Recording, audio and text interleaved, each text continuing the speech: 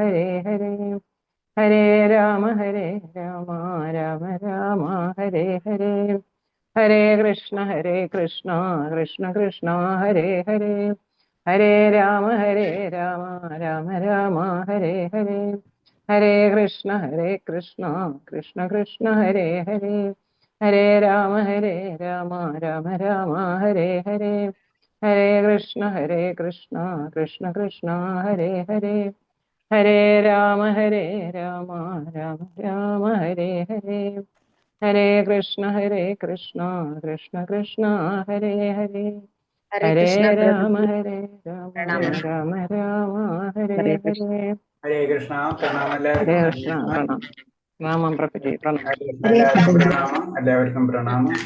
ഹരേ കൃഷ്ണ. ഓം നമോ ഭഗവതേ വാസുദേവായ. നമുക്ക് പ്രാർത്ഥനയ്ക്ക് കിടക്കാം. ഓം നമോ ഭഗവതേ വാസുദേവായ. ഹരേ കൃഷ്ണ. കൃഷ്ണ ഹരേ കൃഷ്ണ. ഹരേ കൃഷ്ണ പ്രഭു. ഹരേ കൃഷ്ണ. ഹരേ കൃഷ്ണ പ്രഭുജി. ഹരേ കൃഷ്ണ. ഹരേ കൃഷ്ണ. ഞാനൊന്ന് നോക്കട്ടെ. ഹരേ കൃഷ്ണ. ഹരേ കൃഷ്ണ. ഞാനേ ഒന്ന് നോക്കിക്കോട്ടെ. ഹരേ കൃഷ്ണ. അദ്ദേഹത്തെ ഒന്ന് മ്യൂട്ട് ചെയ്തോളൂ. ഹരേ കൃഷ്ണ.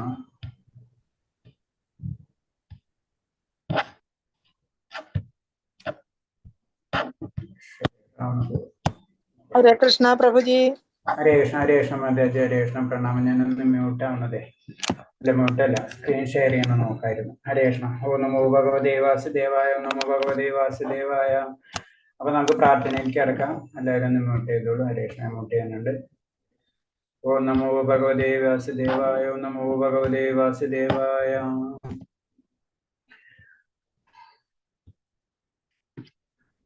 നമോ ഭഗവതേ വാസുദേവായ. നമോ ഭഗവതേ വാസുദേവായ. നമോ ഭഗവതേ വാസുദേവായ. ഹരേ കൃഷ്ണ. കൃഷ്ണ കൃഷ്ണ ഹരേ ഹരേ. ഹരേ രാമ രാമ രാമ ഹരേ ഹരേ. ഹരേ കൃഷ്ണ കൃഷ്ണ കൃഷ്ണ ഹരേ ഹരേ. ഹരേ രാമ രാമ രാമ ഹരേ ഹരേ. ഹരേ കൃഷ്ണ കൃഷ്ണ കൃഷ്ണ ഹരേ ഹരേ. ഹരേ രാമ രാമ രാമ ഹരേ ഹരേ. ഹരേ കൃഷ്ണ കൃഷ്ണ കൃഷ്ണ ഹരേ ഹരേ. ഹരേ രാമ രാമ ഹരേ ഹരേ. ഹരേ കൃഷ്ണ കൃഷ്ണ കൃഷ്ണ ഹരേ ഹരേ. ഹരേ രാമ രാമ രാമ ഹരേ ഹരേ. ഹരേ കൃഷ്ണ കൃഷ്ണ കൃഷ്ണ ഹരേ ഹരേ. ഹരേ രാമ രാമ ഹരേ ഹരേ. ഹരേ കൃഷ്ണ കൃഷ്ണ കൃഷ്ണ ഹരേ ഹരേ. ഹരേ രാമ രാമ ഹരേ ഹരേ. ഹരേ കൃഷ്ണ കൃഷ്ണ കൃഷ്ണ ഹരേ ഹരേ.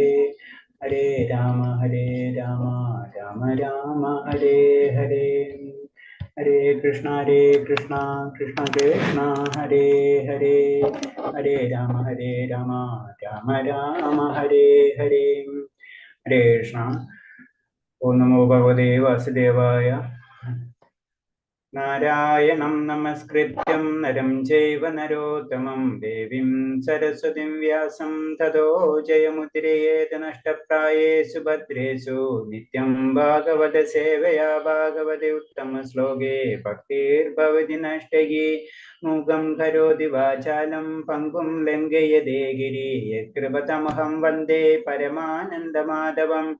ശ്രീ ഗുരു ദീനതാരിണം ശ്രീചൈതന്യമീശ്വരം ഓ അജ്ഞാനതിമിരാന്ധ്യസ്യ ജ്ഞാനാഞ്ജലശലാകയാ ചക്ഷുർമിലിതം യേന തസ്മൈ ശ്രീ ഗുരുവേ നമഃ. ശ്രീചൈതന്യം മനോഭീഷ്ടം സ്ഥാപിതം യേന ഭൂതലേ സ്വയം രൂപകഥാ മഹ്യം തഥാദിസഭാന്തികം വന്ദേഹം ശ്രീഗുരു ശ്രീയുതപദകമലം ശ്രീഗുരും വൈഷ്ണവാംശ ശ്രീരൂപം സാഗരജാതം സഗണ രഘുനാഥാനിധം തം സജീവം സാദൈവം സാവധൂതം പരിജനസഹിതം കൃഷ്ണ ചൈതന്യദേവം ശ്രീരാധാകൃഷ്ണപാദാൻ സഹനലളിത ശ്രീവിശാഖാനിം താം ഹേ കൃഷ്ണ കരുണാ സിന്ധോ ദീനബന്ധോ ജഗത്പദേ ഗോപേശ ഗോപികാ കാന്ത രാധാ കാന്ത നമസ്തുതേ തപ്തകാഞ്ചന ഗൗരാംഗീ രാധേ വൃന്ദാവനേശ്വരി വൃഷഭാനുസുതേ ദേവി പ്രണമാമി ഹരിപ്രിയേ വാഞ്ചാകൽപതരൂപേച്ഛ കൃപാ സിന്ധിഭ്യേവ ച പതിനാം പാവനേഭ്യോ വൈഷ്ണവേഭ്യോ നമോ നമഃ. നമോ വിഷ്ണുപാദായ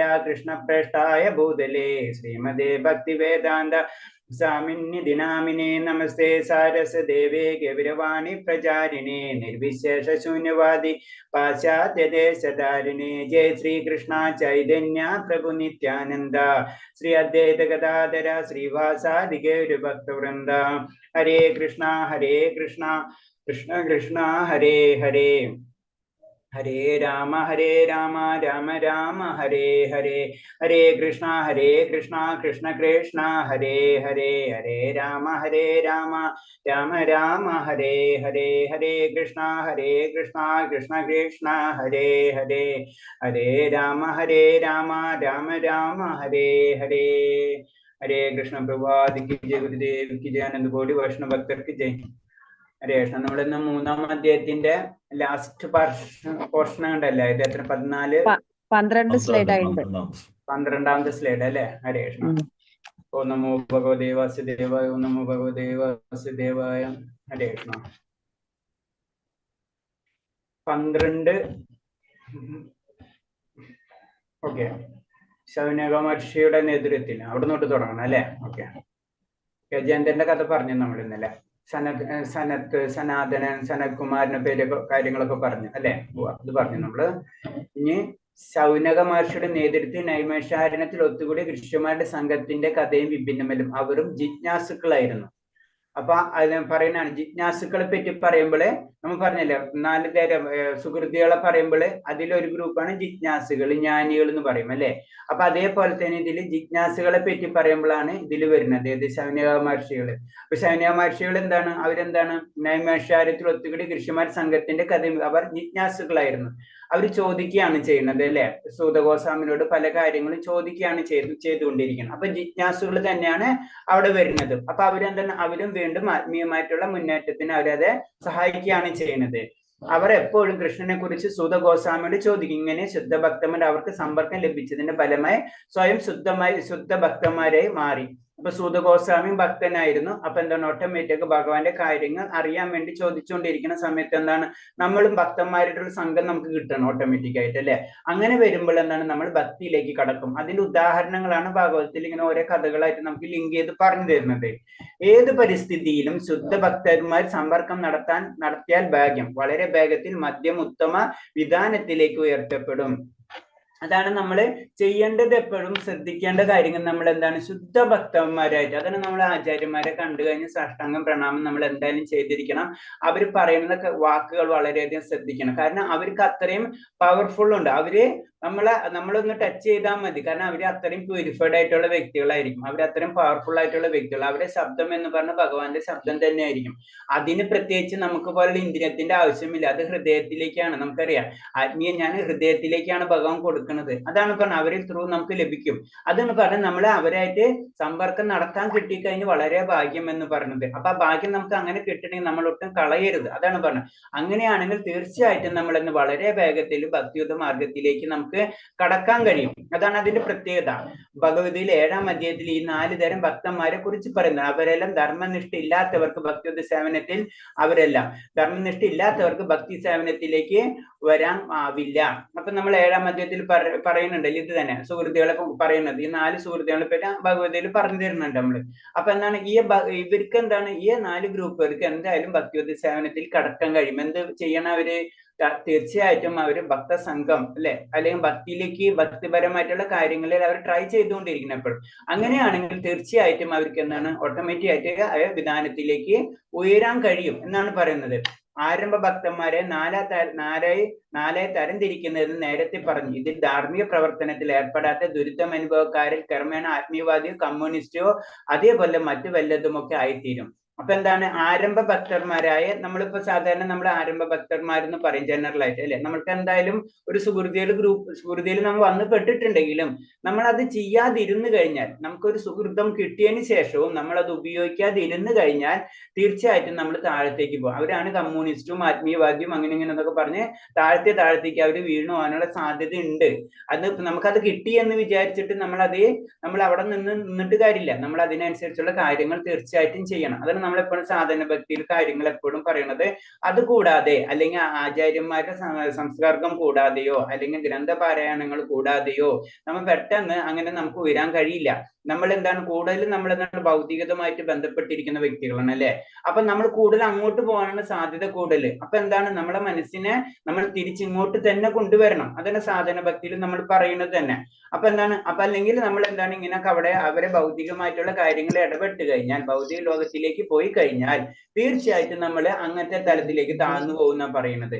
അപ്പൊ അത് പ്രത്യേകിച്ച് ആരംഭ ഭക്തർ എന്ന് പറയുമ്പോൾ വളരെയധികം ശ്രദ്ധിക്കേണ്ട സമയമാണ് ഈ സമയം എന്ന് പറഞ്ഞാൽ. നമ്മൾ ഏത് സമയത്തും വീണു പോകാനുള്ള സാധ്യതയുണ്ട്. ശരിയാണ്, സുഹൃത്തുക്കളൊക്കെ സംബന്ധിച്ചു, പക്ഷെ വീണു പോകാനുള്ള സാധ്യതകൾ ഉണ്ടെന്ന് ആചാര്യന്മാര് നമുക്ക് പറഞ്ഞു തരാണ്. കാരണം അയാൾ ഈശ്വരനെ പൂർണ്ണമായും വിശ്വസിക്കുന്നില്ല. ഈശ്വരനെ നിരാകരിക്കുന്ന കൊണ്ടും സ്വന്തം ദുരിതാവസ്ഥയെ പൊരുത്തപ്പെട്ടു പോകാൻ കഴിയുമെന്ന് അയാൾ കരുതുന്നു. പൂർണ്ണമായിട്ടില്ല, പരിപൂർണമായ ഒരു ഇത് എത്തിയിട്ടില്ല. അവിടത്തെ പ്രത്യേകിച്ച് നമുക്ക് കനിഷ്ക ലെവലിൽ വരുമ്പോൾ നമുക്ക് പൂർണ്ണ വിശ്വാസം ഭഗവാനിൽ വന്നിട്ടുണ്ടാവില്ല. അതാണ് അതിന് കുഴപ്പം. അപ്പൊ നമ്മളുള്ള പ്രശ്നങ്ങൾ അതെങ്ങനെയോ വന്നെന്ന് പറയുന്നല്ലാതെ എന്തുകൊണ്ട് നമ്മൾ ചിന്തിക്കില്ല. അതാണ് പറയുന്നത് നമ്മൾ വീണ്ടും താഴ്ചയിലേക്ക് വീണു പോകാനുള്ള സാധ്യതയുണ്ട് എന്ന് പറഞ്ഞത്. അപ്പൊ ആ സമയം നമ്മൾ ശ്രദ്ധിക്കണം.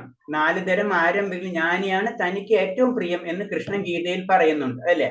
കാരണം എന്ന് വെച്ച് കഴിഞ്ഞാല് പറയണതിന്റെ കാരണം എന്താണ്? കാരണം എനിക്കറിയാം അറ്റ്ലീസ്റ്റ്, കാരണം ഭൗതിക ലോകം എന്താണ്, ആത്മീയ ലോകം എന്താണ്. അപ്പൊ തീർച്ചയായിട്ടും ഉയരാൻ സാധ്യത, വളരെ സ്പീഡിൽ ഉയരാൻ സാധ്യത ആയിരിക്കണുള്ളത് ജ്ഞാനിക്കാണ്. അതാണ് ഭഗവാൻ എനിക്ക് ഏറ്റവും പ്രിയപ്പെട്ടവെന്ന് ഭഗവത്ഗീതയിൽ പറഞ്ഞു തരുന്നത്. ഒരിക്കലും ഭൗതിക ലാഭങ്ങൾക്ക് വേണ്ടി കൈനീട്ടുകയില്ല എന്നത് കാരണം ജ്ഞാനി ഈശ്വരനോട് ഒന്നും തന്നെ ആവശ്യപ്പെടുന്നില്ല. സാമ്പത്തിക ലാഭമോ ദുരിത നിവൃത്തിയോ മറ്റേതെങ്കിലും അയാൾ ആഗ്രഹിക്കുന്നില്ല. ഇപ്പൊ ഒരു ജ്ഞാനിക്ക് അറിയാം. കാരണം എന്ന് വെച്ച് കഴിഞ്ഞാൽ ഭഗവാനോട് ചോദിക്കേണ്ടത് ഭൗതിക കാര്യങ്ങളല്ല അല്ലെ. അപ്പൊ അറിയാം. കാരണം എന്ന് വെച്ചാൽ ആനന്ദം മാത്രമാണ് ഭഗവാൻ. അപ്പൊ എന്താണ്, ഒരിക്കലും ഭൗതികമായിട്ടുള്ള ഒരു കാര്യങ്ങളും ആ വ്യക്തി ഭഗവാനോട് ചോദിക്കില്ല. അതാണ് പറഞ്ഞത്, അയാൾ അത് ആഗ്രഹിക്കുകയില്ല. അതാണ് ജ്ഞാനിയുടെ പ്രത്യേകത. ജ്ഞാനി എന്ന നിലയ്ക്ക് ഉയർത്തപ്പെടാതെ ഭഗവാൻ ആരാധിക്കുന്നത് ഉറച്ചു നിൽക്കാനാവില്ല. അപ്പൊ പതുക്കെ അതാണ് നമ്മള് അറിവിലേക്ക് കടക്കണം എന്ന് പറഞ്ഞു. അറിവ് ഉണ്ടായി കഴിഞ്ഞാലോ ജ്ഞാനിക്ക് അല്ലെ, അറിവിലേക്ക് കടക്കുമ്പോഴാണ് നമ്മൾ ഭഗവാൻ എന്നുള്ള തത്വത്തിലേക്ക് നമ്മൾ ഉറച്ചു നിൽക്കുന്നത്. അപ്പൊ അറിവ് വേണം. അറിവില്ലാതെ നമുക്ക് ഒന്നിലേക്കും കടക്കാൻ കഴിയില്ല. അപ്പൊ അറിവ് വളരെ ആവശ്യമാണെന്ന് തന്നെ നമുക്ക് പറഞ്ഞു തരണം. അത് ഭഗവാൻ തന്നെ അത് തന്നെയല്ലേ പറഞ്ഞു. ജ്ഞാനിയാണ് എനിക്ക് ഏറ്റവും പ്രിയപ്പെട്ടെന്ന് പറഞ്ഞു കഴിഞ്ഞാൽ ജ്ഞാനിക്ക് കാര്യങ്ങൾ തിരിച്ചറിയാനുള്ള കഴിവുണ്ട്. അപ്പൊ ആ വ്യക്തിയൊന്നും തെറ്റുകൾ ചെയ്യാനുള്ള സാധ്യത കുറവായിരിക്കും. നിരവധി ജന്മങ്ങൾക്ക് ശേഷം ജ്ഞാനിയായി തീരുന്നവൻ ഒരു വാസുദേവന് സ്വാർപ്പണം ചെയ്യുന്നു. അതായത് വാസുദേവന് കൃഷ്ണനാണ് സകലത്തിന്റെ ആദ്യ പുരുഷനും അതേപോലെ തന്നെ എന്ന ബോധ്യം വന്നിരിക്കും എന്നർത്ഥം. അതിൽ 7-ാം അധ്യായത്തിലുണ്ടായ ശ്ലോകം തന്നെ ഉണ്ടല്ലോ, 7-ല് തോന്നുന്നു 19 തോന്നുന്നു ഹരേഷ്ണ. ഓക്കെ, 19-ാമത്തെ ശ്ലോകം തന്നെ 7-19 പറയുന്നത് ബഹുനം ജന്മനാമന്റെ ജ്ഞാനവാന്മാ പ്രപദ്യത്തെ വാസുദേവൻ സർവമിതി സ മഹാത്മാ സുദുർലഭ എന്ന് പറഞ്ഞു. അസംഖ്യം ജന്മമരണങ്ങൾക്ക് ശേഷം ജ്ഞാനവാനായ വ്യക്തി സർവജ്ഞനാണ്, കാരണങ്ങൾക്കും കാരണഭൂതനും സർവ്വവ്യാപിയുമെന്ന് മനസ്സിലാക്കി എന്നെ അവർ ശരണം പ്രാപിക്കും. അപ്രകാരം മഹാത്മാക്കൾ വളരെ വിരളമാണ് എന്ന് പറഞ്ഞു. അതാണ് നിരവധി ജന്മങ്ങൾക്ക് ശേഷമാണ് ഒരു ജ്ഞാനിക്ക് കാര്യങ്ങൾ മനസ്സിലാവുന്നത് തന്നെ. അപ്പൊ നമ്മുടെ അവസ്ഥ ഒന്ന് ആലോചിച്ചാൽ മതി, നമ്മൾ ഏത് ലെവലിലായിരിക്കുന്നു. അപ്പൊ നമ്മൾ പതുക്കെ ഉയരാൻ നമ്മൾ ശ്രമിച്ചു കൊണ്ടിരിക്കണം. അതേപോലെ തന്നെ അതിന്റെ അർത്ഥം എന്ന് വെച്ചാൽ നമുക്ക് ഉയരാനുള്ള സാധ്യതയുണ്ട്. അത് ഭഗവാൻ പറഞ്ഞിട്ടല്ലേ. അതാണ് 16 പറയുന്ന ശ്ലോകം, ചതുർവിധ ഭജന്തേമാം ജന സുഹൃത്തിനർജുന അർത്ഥം ജിജ്ഞാസുരാർത്ഥി ജ്ഞാനി ഭരതർഷഭ. 4 തരം ദുഃഖിതർ, ധനകാംക്ഷി, ജിജ്ഞാസു ഇവര്. അതേപോലെ തന്നെ ജ്ഞാനി, ഇവരെന്താണ്, പരമസത്യജ്ഞാനിക്ക് ജ്ഞാനി, ഇവരെല്ലാവരും സുഹൃത്തുക്കളാണ്. അപ്പൊ അൾട്ടിമേറ്റ് നമുക്ക് നമ്മൾ ഭഗവാനെ പറ്റി ചിന്തിക്കാൻ തുടങ്ങിയിട്ടുണ്ടെങ്കിൽ തന്നെ നമ്മൾ ഏത് അവസ്ഥയിലെത്തി? സുഹൃത്തുക്കളുടെ അവസ്ഥയിലെത്തി. അപ്പൊ സുഹൃത്തുക്കളുടെ അവസ്ഥയിൽ എത്തി എന്നും പറഞ്ഞ് നമ്മൾ അവിടെ ഇരുന്ന് കഴിഞ്ഞാല് നമ്മൾ താഴത്തേക്ക് പോകും എന്നും കൂടി നമ്മളോട് പറഞ്ഞു തരുന്നത്. അറ്റ്ലീസ്റ്റ് ജ്ഞാനിയുടെ അവസ്ഥയിലേക്ക് ഉയർത്തപ്പെടണം നമ്മൾ. അറ്റ്ലീസ്റ്റ് ജ്ഞാനിയുടെ അവസ്ഥ. അപ്പൊ അതിൽ തന്നെ വീണ്ടും ഒരു സ്റ്റെപ്പ് ജ്ഞാനിക്കാണ് പറഞ്ഞിട്ടുള്ളത്.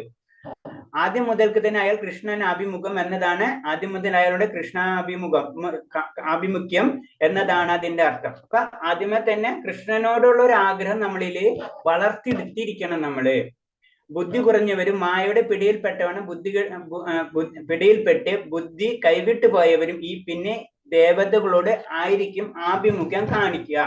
അപ്പൊ നമ്മൾ അതാണ് ഇത് കഴിഞ്ഞിട്ട് നമ്മൾ ദേവന്മാരോട് ആരാധിക്കാനുള്ള കാരണം എന്താണ്, അതടക്കം നമ്മളോട് പറഞ്ഞു തരുന്നു. കാരണം എന്താണ്, നമുക്ക് ഭൗതികമായ ആഗ്രഹങ്ങൾ നമ്മൾ ഉള്ളിൽ നിൽക്കുമ്പോൾ ഭഗവാൻ തന്നെയാണ് അതിനനുസരിച്ചുള്ള ദേവതാ സങ്കല്പത്തെ നമുക്ക് കണക്ട് ചെയ്ത് തരുന്നത്. അതാണ്, ഒരിക്കലും അതല്ല. നമ്മൾ ഏതാണ് ആഗ്രഹം അതിനനുസരിച്ചുള്ള ദേവതകളെ നമുക്ക് കണക്ട് ചെയ്ത് തരും. അതിന് ബുദ്ധി കുറഞ്ഞവരും മായ എന്ന് പറഞ്ഞ ഭൗതിക ലോകം അല്ലെ, അപ്പൊ മായയിൽ പിടിയിൽപ്പെട്ടവർക്ക് എന്താണ് സംഭവിക്കുക, അവർ ദേവതകളോട് ആഗ്രഹം കൂടുതലായിരിക്കും. അതും ഭഗവാൻ തെറ്റുന്നൊന്നും പറയുന്നില്ല. നമ്മൾ ആഗ്രഹം അതാണെന്ന് വെച്ചാൽ അത് നടക്കും, അത്രേ ഉള്ളൂ. ഭഗവാനിലേക്ക് എത്തണമെങ്കിൽ നമ്മിപ്പോ പറഞ്ഞ പോലെ ഇത്രയും ബഹുനാം ജന്മനാമന്റെ ജ്ഞാനവാൻ പ്രപത്യതാണ്, അത്രയും ജന്മങ്ങൾക്ക് ശേഷമാണ് ഭഗവാനോടുള്ള ആഗ്രഹം അല്ലെങ്കിൽ അങ്ങനത്തെ കാര്യങ്ങളിലേക്ക് നമുക്ക് എത്തുള്ളൂ. അത് തന്നെ ഭഗവാൻ പറഞ്ഞു തരുന്നുണ്ട്. ഓരോരുത്തരും ഗുണത്തിന്റെ സത്ത് രജസ് തമസ് അടിസ്ഥാനത്തിൽ ഒരേ ദേവതയെ സ്വീകരിക്കുന്നു. ശരീരമല്ല ആത്മാവാണ് താൻ അറിയുന്ന ജ്ഞാനി. താൻ ജീവാത്മാവും കൃഷ്ണൻ പരമാത്മാവുമാണെന്നുള്ള ബോധം വരുന്നത് കൊണ്ട് തന്റെ ഉറ്റബന്ധം സ്വന്തം ശരീരത്തോട് ആയിരിക്കരുത്, മറിച്ച് കൃഷ്ണനോട് ആയിരിക്കണമെന്ന് അയാൾ മനസ്സിലാക്കുന്നു. അപ്പൊ നമ്മൾ നമുക്കറിയാം ഇതേപോലെ തന്നെ നമുക്ക് 3 ഗുണങ്ങൾ ഉണ്ടെന്ന് അറിയാം അല്ലെ. ജനറൽ ആയിട്ട് ഭൗതിക ലോകത്തിൽ കിടക്കുമ്പോൾ നമുക്ക് ഈ സത്ത് രജസ് തമസ് 3 ഗുണങ്ങൾ നമ്മളിൽ ഉണ്ട്. ചില സമയത്ത് തമസ് കൂടുതലായിരിക്കും, ചില സമയത്ത് രജസ് കൂടുതലായിരിക്കും, ചില സമയത്ത് സത്ത് ഗുണം കൂടുതലായിരിക്കും. പിന്നെ ചില വ്യക്തികളിൽ കൂടുതൽ നോക്കിക്കഴിഞ്ഞാൽ അവർക്ക് ചിലപ്പോൾ രജോ ഗുണമായിരിക്കും കൂടുതലായിരിക്കും, ചില വ്യക്തികളിൽ നോക്കിക്കഴിഞ്ഞാൽ സത്ത് ഗുണമായിരിക്കും കൂടുതലായിരിക്കും, ചില വ്യക്തികളിൽ നോക്കി കഴിഞ്ഞാൽ തമോ ഗുണമായിരിക്കും കൂടുതൽ. അതിന്റെ അർത്ഥം ഞാൻ സത്ത് ഗുണത്തിലാണെന്ന് ചിന്തിച്ച് ഞാൻ ഫുൾ ടൈം അല്ലെങ്കിൽ അങ്ങനെ ആയിരിക്കണം എന്നില്ല. ഇതൊക്കെ മാറി മറിഞ്ഞുകൊണ്ടിരിക്കും. അതാണ് ഒന്നൊന്നിനു മുകളില് മത്സരമാണ്, അങ്ങനെ മത്സരിച്ചു കൊണ്ടിരിക്കുകയാണ്. അപ്പൊ ഏത് സമയത്തും നമ്മൾ താഴ്ത്തിക്ക് പോകാനും അതേപോലെ നമുക്ക് ഉയരാനുള്ള സാധ്യതയുണ്ട് നമുക്ക്. അപ്പൊ ഇതിന്റെ അടിസ്ഥാനത്തിൽ തന്നെയാണ് നമുക്ക് ഓരോ ദേവതയും കിട്ടുന്നത്. നമ്മുടെ ഗുണം, നമ്മൾ ഏത് ഗുണത്തിലാണ് അതിനനുസരിച്ചുള്ള ദേവതയും നമുക്ക് ലഭിച്ചിരിക്കും. അതാണ് പറഞ്ഞത്. അപ്പൊ സാത്വിക ഗുണത്തിൽ ഇപ്പൊ രജസ് ഗുണത്തിലുള്ള ദേവതയെ ആഗ്രഹിക്കുന്നവർക്ക്, രജസ് ഗുണത്തിലുള്ള വ്യക്തിയാണെങ്കിൽ ഓട്ടോമാറ്റിക്കായിട്ട് രജസിനോട് ബന്ധപ്പെട്ടിട്ടുള്ള ദേവതകളായിരിക്കും അവർക്ക് ഇഷ്ടപ്പെടാം, അവരങ്ങോട്ട് കിടക്കും. അതേപോലെ തന്നെ തമോ ഗുണമുള്ളവരാണെങ്കിൽ അതിനനുസരിച്ചുള്ള ദേവതകളായിരിക്കും അവർക്ക് ഇഷ്ടപ്പെടാം. കാരണം അതിനുള്ള ആഗ്രഹങ്ങൾ ആ ദേവതകൾക്കാണ് കൊടുത്തിട്ടുള്ളത് ഭഗവാൻ. അപ്പൊ അതിനനുസരിച്ചുള്ള അത് കണക്ട് ആവും അത്. അതേപോലെ തന്നെ സത്ത് ഗുണമായിട്ടുള്ളത്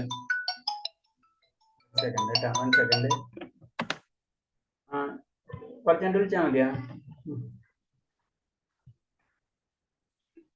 ശരി, വിളിക്കാം കുറച്ച് കഴിഞ്ഞിട്ട് കേട്ടോ.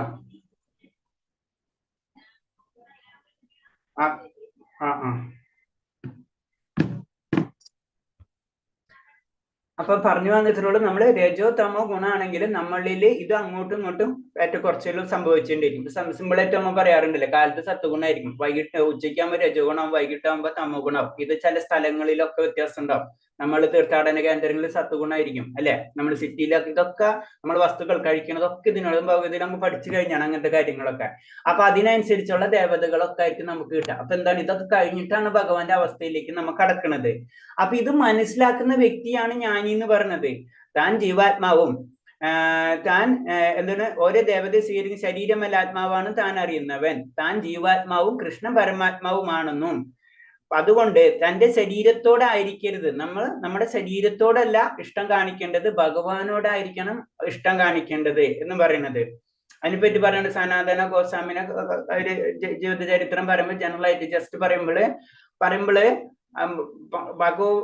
ഭഗവാൻ അത്രയും ഭഗവാനോട് അറ്റാച്ച്ഡ് ആണ് അല്ലെ ഗോസ്വാമിമാരെന്ന് പറയുമ്പോള്. അപ്പൊ ഭഗവാന്റെ വിഗ്രഹം കിട്ടിയിട്ട് അങ്ങനെ വിഗ്രഹം കിട്ടിയിട്ട് കൊണ്ടുപോയിട്ട് അത് കൊടുക്കാനുള്ള സാമ്പത്തിക ശേഷിയൊന്നും, അപ്പൊ ആ വിഗ്രഹത്തിന് പൂജകളും കാര്യങ്ങളും ചെയ്യണമല്ല. അപ്പൊ ഭിക്ഷ യാചിച്ചിട്ട് ഗോതമ്പ് പൊടിയാണ് കിട്ടുന്നത്.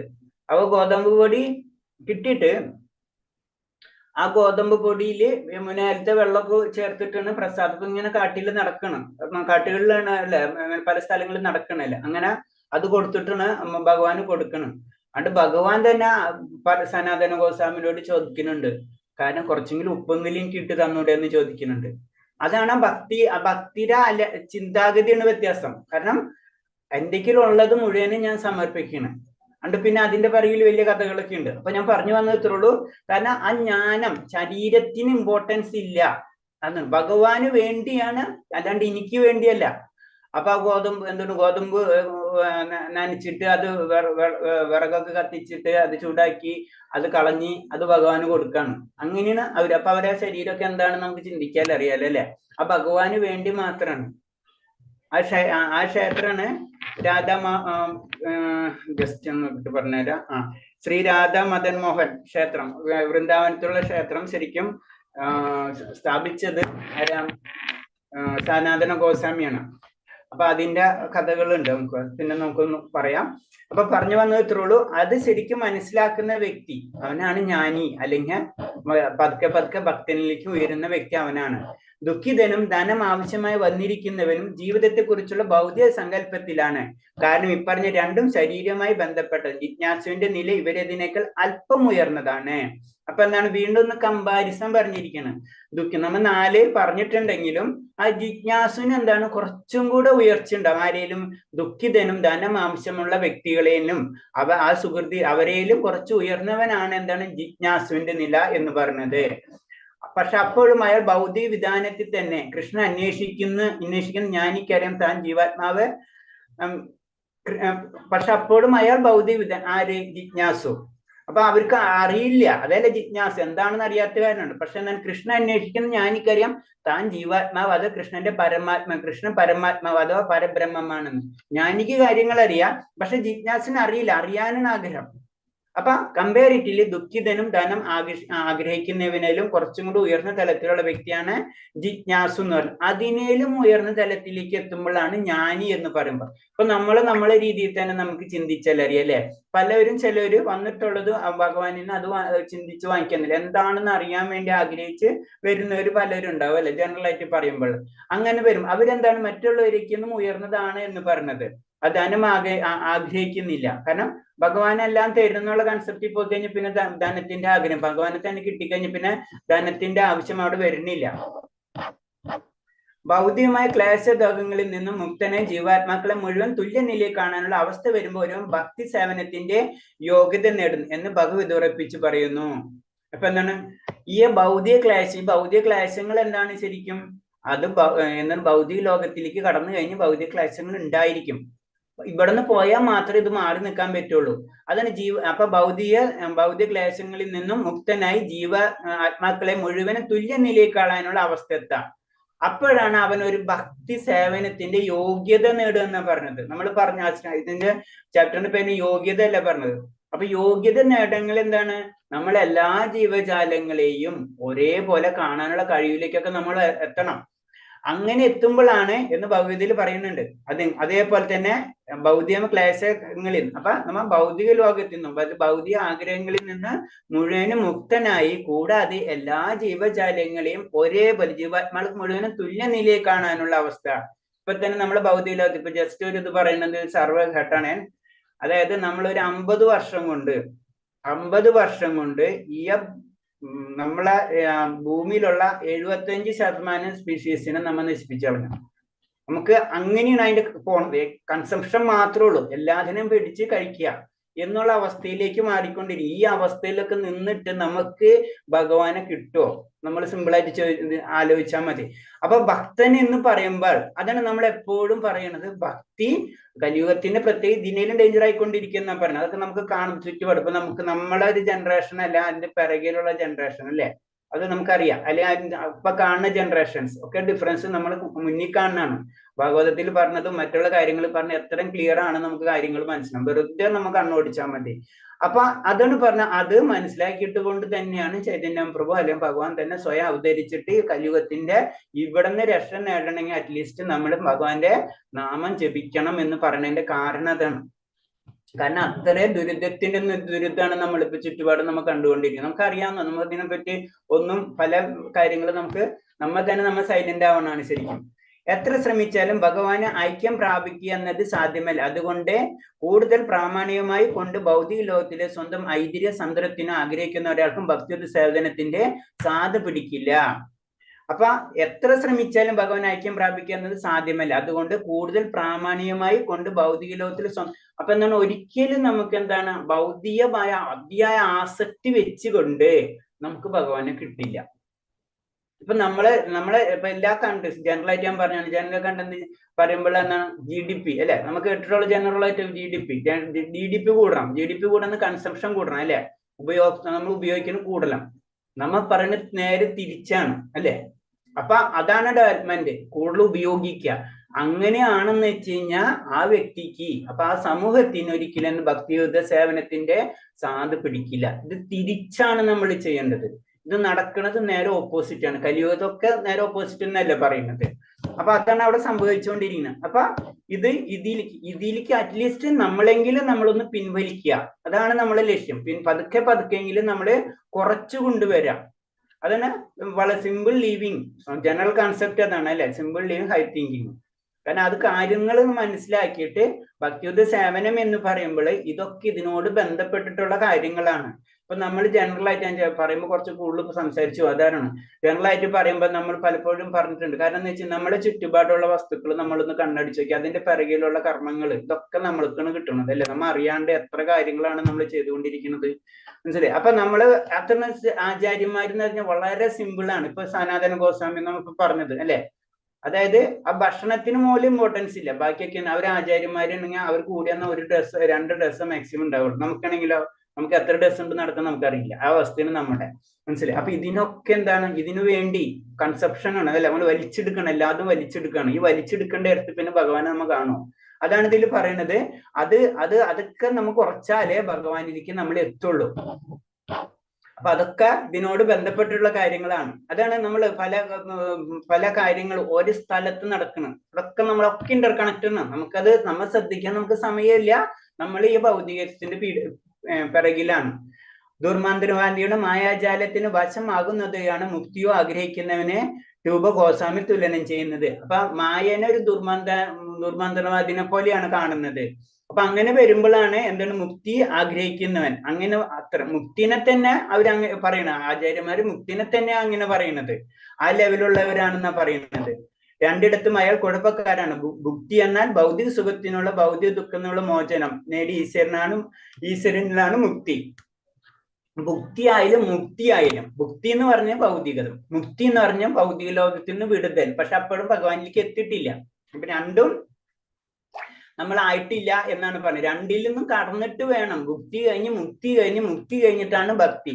ഭുക്തി, മുക്തി, ഭക്തി, അങ്ങനെയാണ് കിടക്കുന്നത്. ഭക്തി തന്നെ വീണ്ടും പല സെക്ഷൻസ്, അങ്ങനെയാണ് നമ്മൾ കടന്നു പോണത്. കാരണം അവര് ആചാര്യന്മാര് പല ഡീറ്റെയിൽ ആയിട്ട് നമുക്ക് പറഞ്ഞു തരണം. അപ്പൊ യോഗ്യത എന്ന് പറയുമ്പോ നമ്മൾ ഇങ്ങനത്തെ കാര്യങ്ങളിലേക്ക് പതുക്കെ കിടക്കണം. അതിന് നമ്മളിപ്പോ സാധാരണ രീതിയിൽ പറഞ്ഞത് നമ്മള് സ്കൂളിൽ, അതിന് നമ്മൾ സാധാരണ രീതിയിൽ ദേഷ്യെടുക്കാന്ന് പറയും. പലരും കേട്ടിട്ടുണ്ടാവും അല്ലെ. ഇനിഷ്യേഷൻ ആണ്, സ്റ്റാർട്ടിങ് ആണ്, മനസ്സിലായോ നമ്മള്. അതാണ് ദീക്ഷ എന്ന് പറഞ്ഞത്. ഒരു ഗുരുവിനെ സമീപിക്കണം. ഒരു സ്കൂളിൽ നമുക്ക് കൊണ്ട് ചേർത്തണ പോലെ ആയിട്ടുള്ളൂ. പിന്നെ എടുക്കണം പഠിക്കാൻ. അപ്പൊ അതാണ്. അപ്പൊ നമ്മള് അത് സ്റ്റാർട്ടിങ്. അപ്പൊ സ്റ്റാർട്ടിങ്ങിൽ തന്നെ നമുക്ക് പല പ്രോബ്ലംസ് ഉണ്ടാവും. അപ്പൊ അത് നമ്മൾ വീട്ടിലെ ചെറിയ കുട്ടികൾ പഠിപ്പിച്ചു കൊടുക്കണ പോലെയാണ് പല കാര്യങ്ങളും നമ്മുടെ ജീവിതം ഒന്ന് മിനിമം ഒരു ലെവലിലേക്ക് കൊണ്ടുവന്നാലോ നമുക്ക് അതിൽ ഇമ്പ്രൂവ്മെന്റ് ഉണ്ടാവുള്ളൂ. അതാണ് നമ്മൾ പല കാര്യങ്ങളും ചെയ്യണം എന്ന് നമ്മൾ എല്ലാവരും പറയണതാണ്. കാരണം അറ്റ്ലീസ്റ്റ് ഭഗവാന്റെ കഥകൾ കേൾക്കുന്നതോടുകൂടിയാണ് ഭഗവാനുള്ള ഒരു അറ്റാച്ച്മെന്റ് നമുക്ക് ഫീൽ ചെയ്യുള്ളൂ. അല്ലാത്തടത്തോളം കാലം നമുക്കത് കിട്ടില്ല. അത് നമ്മൾ നിർബന്ധമായിട്ട് ഒരു നിയമം പോലെ, നമ്മൾ വീട്ടില് ഭക്ഷണം കഴിക്കണ പോലെ തന്നെ പ്രഭാസ്വാമി പറഞ്ഞ പോലെ നമ്മൾ എന്താണ് ഭക്ഷണം നമ്മൾ കഴിക്കണില്ലേ, അതേപോലെ തന്നെ ഭഗവാന്റെ കാര്യങ്ങൾ നമ്മൾ ചെയ്തോളണം. അതാണ് നമ്മൾ ചെയ്യേണ്ടത്. അല്ലാത്തടത്തോളം നമുക്ക് ഭക്തിയിലേക്ക് നമുക്ക് ഉയരാൻ കഴിയില്ല. അപ്പൊ ദുർമന്ദനവാദിയും ദുർഭൂതങ്ങളുടെയും ആവേശത്തിന് തുല്യമാണ്. ഭൗതിക സുഖത്തിനുള്ള ആഗ്രഹമായാലും പരമാത്മാവിനോട് ആത്മീയൈക്യത്തിനുള്ള പ്രതിപത്തിയായാലും അത് ഭക്തിയുദ്ധ സേവനത്തിന് അതീന്ദ്രിയമായ രുചി അനുഭവിക്കാൻ സഹായിക്കുന്നില്ല. അപ്പൊ ഭൗതികമായ സുഖത്തിൽ പിറകെ പോയി കഴിഞ്ഞാല്, അതുപോലെ മുക്തിയായാലും മുക്തിയാണെങ്കിലും അതിന്റെ പുറകെ കഴിഞ്ഞാൽ അതീന്ദ്രിയമായ രുചി നമുക്ക് കിട്ടില്ല, അനുഭവിക്കാൻ സഹായിക്കില്ല. ഇത് പതുക്കെ രണ്ടും വിടണം. അതാണ് നമ്മൾ പറഞ്ഞത്. ഇപ്പൊ ക്ലാസ് തുടങ്ങുമ്പോൾ തന്നെ പറഞ്ഞു, ഈ 3rd ലെവൽ ആവുമ്പോൾ എല്ലാവരും 4 മാലയെങ്കിലും നമ്മൾ ജപിക്കണം എന്ന് പറഞ്ഞതിന്റെ കാര്യങ്ങൾ, അത് കഴിഞ്ഞിട്ടുള്ള കാര്യങ്ങളാണ് ഇപ്പൊ പറയുന്നത് തന്നെ. അപ്പൊ നമ്മള് അറ്റ്ലീസ്റ്റ് ഭഗവാന്റെ ഒരു കരുണ നമുക്കില്ലാതെ ഇങ്ങനത്തെ കാര്യങ്ങൾ നമ്മൾ പറയുമ്പോൾ നമുക്കതൊരു അത്ര നമുക്കത് ഉൾക്കൊള്ളാൻ കഴിയില്ല. അപ്പൊ ഇതൊക്കെ കഴിഞ്ഞിട്ടാണ് അതെന്ന് പറയണം. അപ്പൊ ഭക്തി ഇപ്പൊ നമ്മൾ എല്ലാവരും ചെയ്യേണ്ടത് എന്താണ്? ജനറൽ ആയിട്ട് ഭക്തി പ്രാക്ടീസ് ചെയ്യണം. ആ സാധന ഭക്തി നമ്മളെ കൊണ്ടാവുന്ന രീതിയിൽ, മുഴുവനും ചെയ്യാൻ പറ്റണമെന്നൊന്നുമില്ല, എന്നാൽ നമ്മളെ കൊണ്ട് ചെയ്യാൻ പറ്റുന്ന കാര്യങ്ങൾ നമ്മൾ ചെയ്തു പോകണം. ശ്രീമദ് ഭാഗവതത്തിൽ കപിലദേവൻ തന്റെ ആത്മയായ ദേവഹൂതിക്ക് ഉപദേശം നൽകുന്നുണ്ട്. ഭാഗവതത്തിന്റെ കാര്യങ്ങൾ പറയാണ്. ആർക്ക്? കപിലദേവൻ, ഭഗവാന്റെ അവതാരം തന്നെയാണ് കപിലദേവൻ അല്ലെ. അമ്മയ ദേവഹൂതിക്ക് ഉപദേശം നൽകുന്നുണ്ട്. വിവിധ രൂപങ്ങൾ എന്റെ മുഖകാന്തി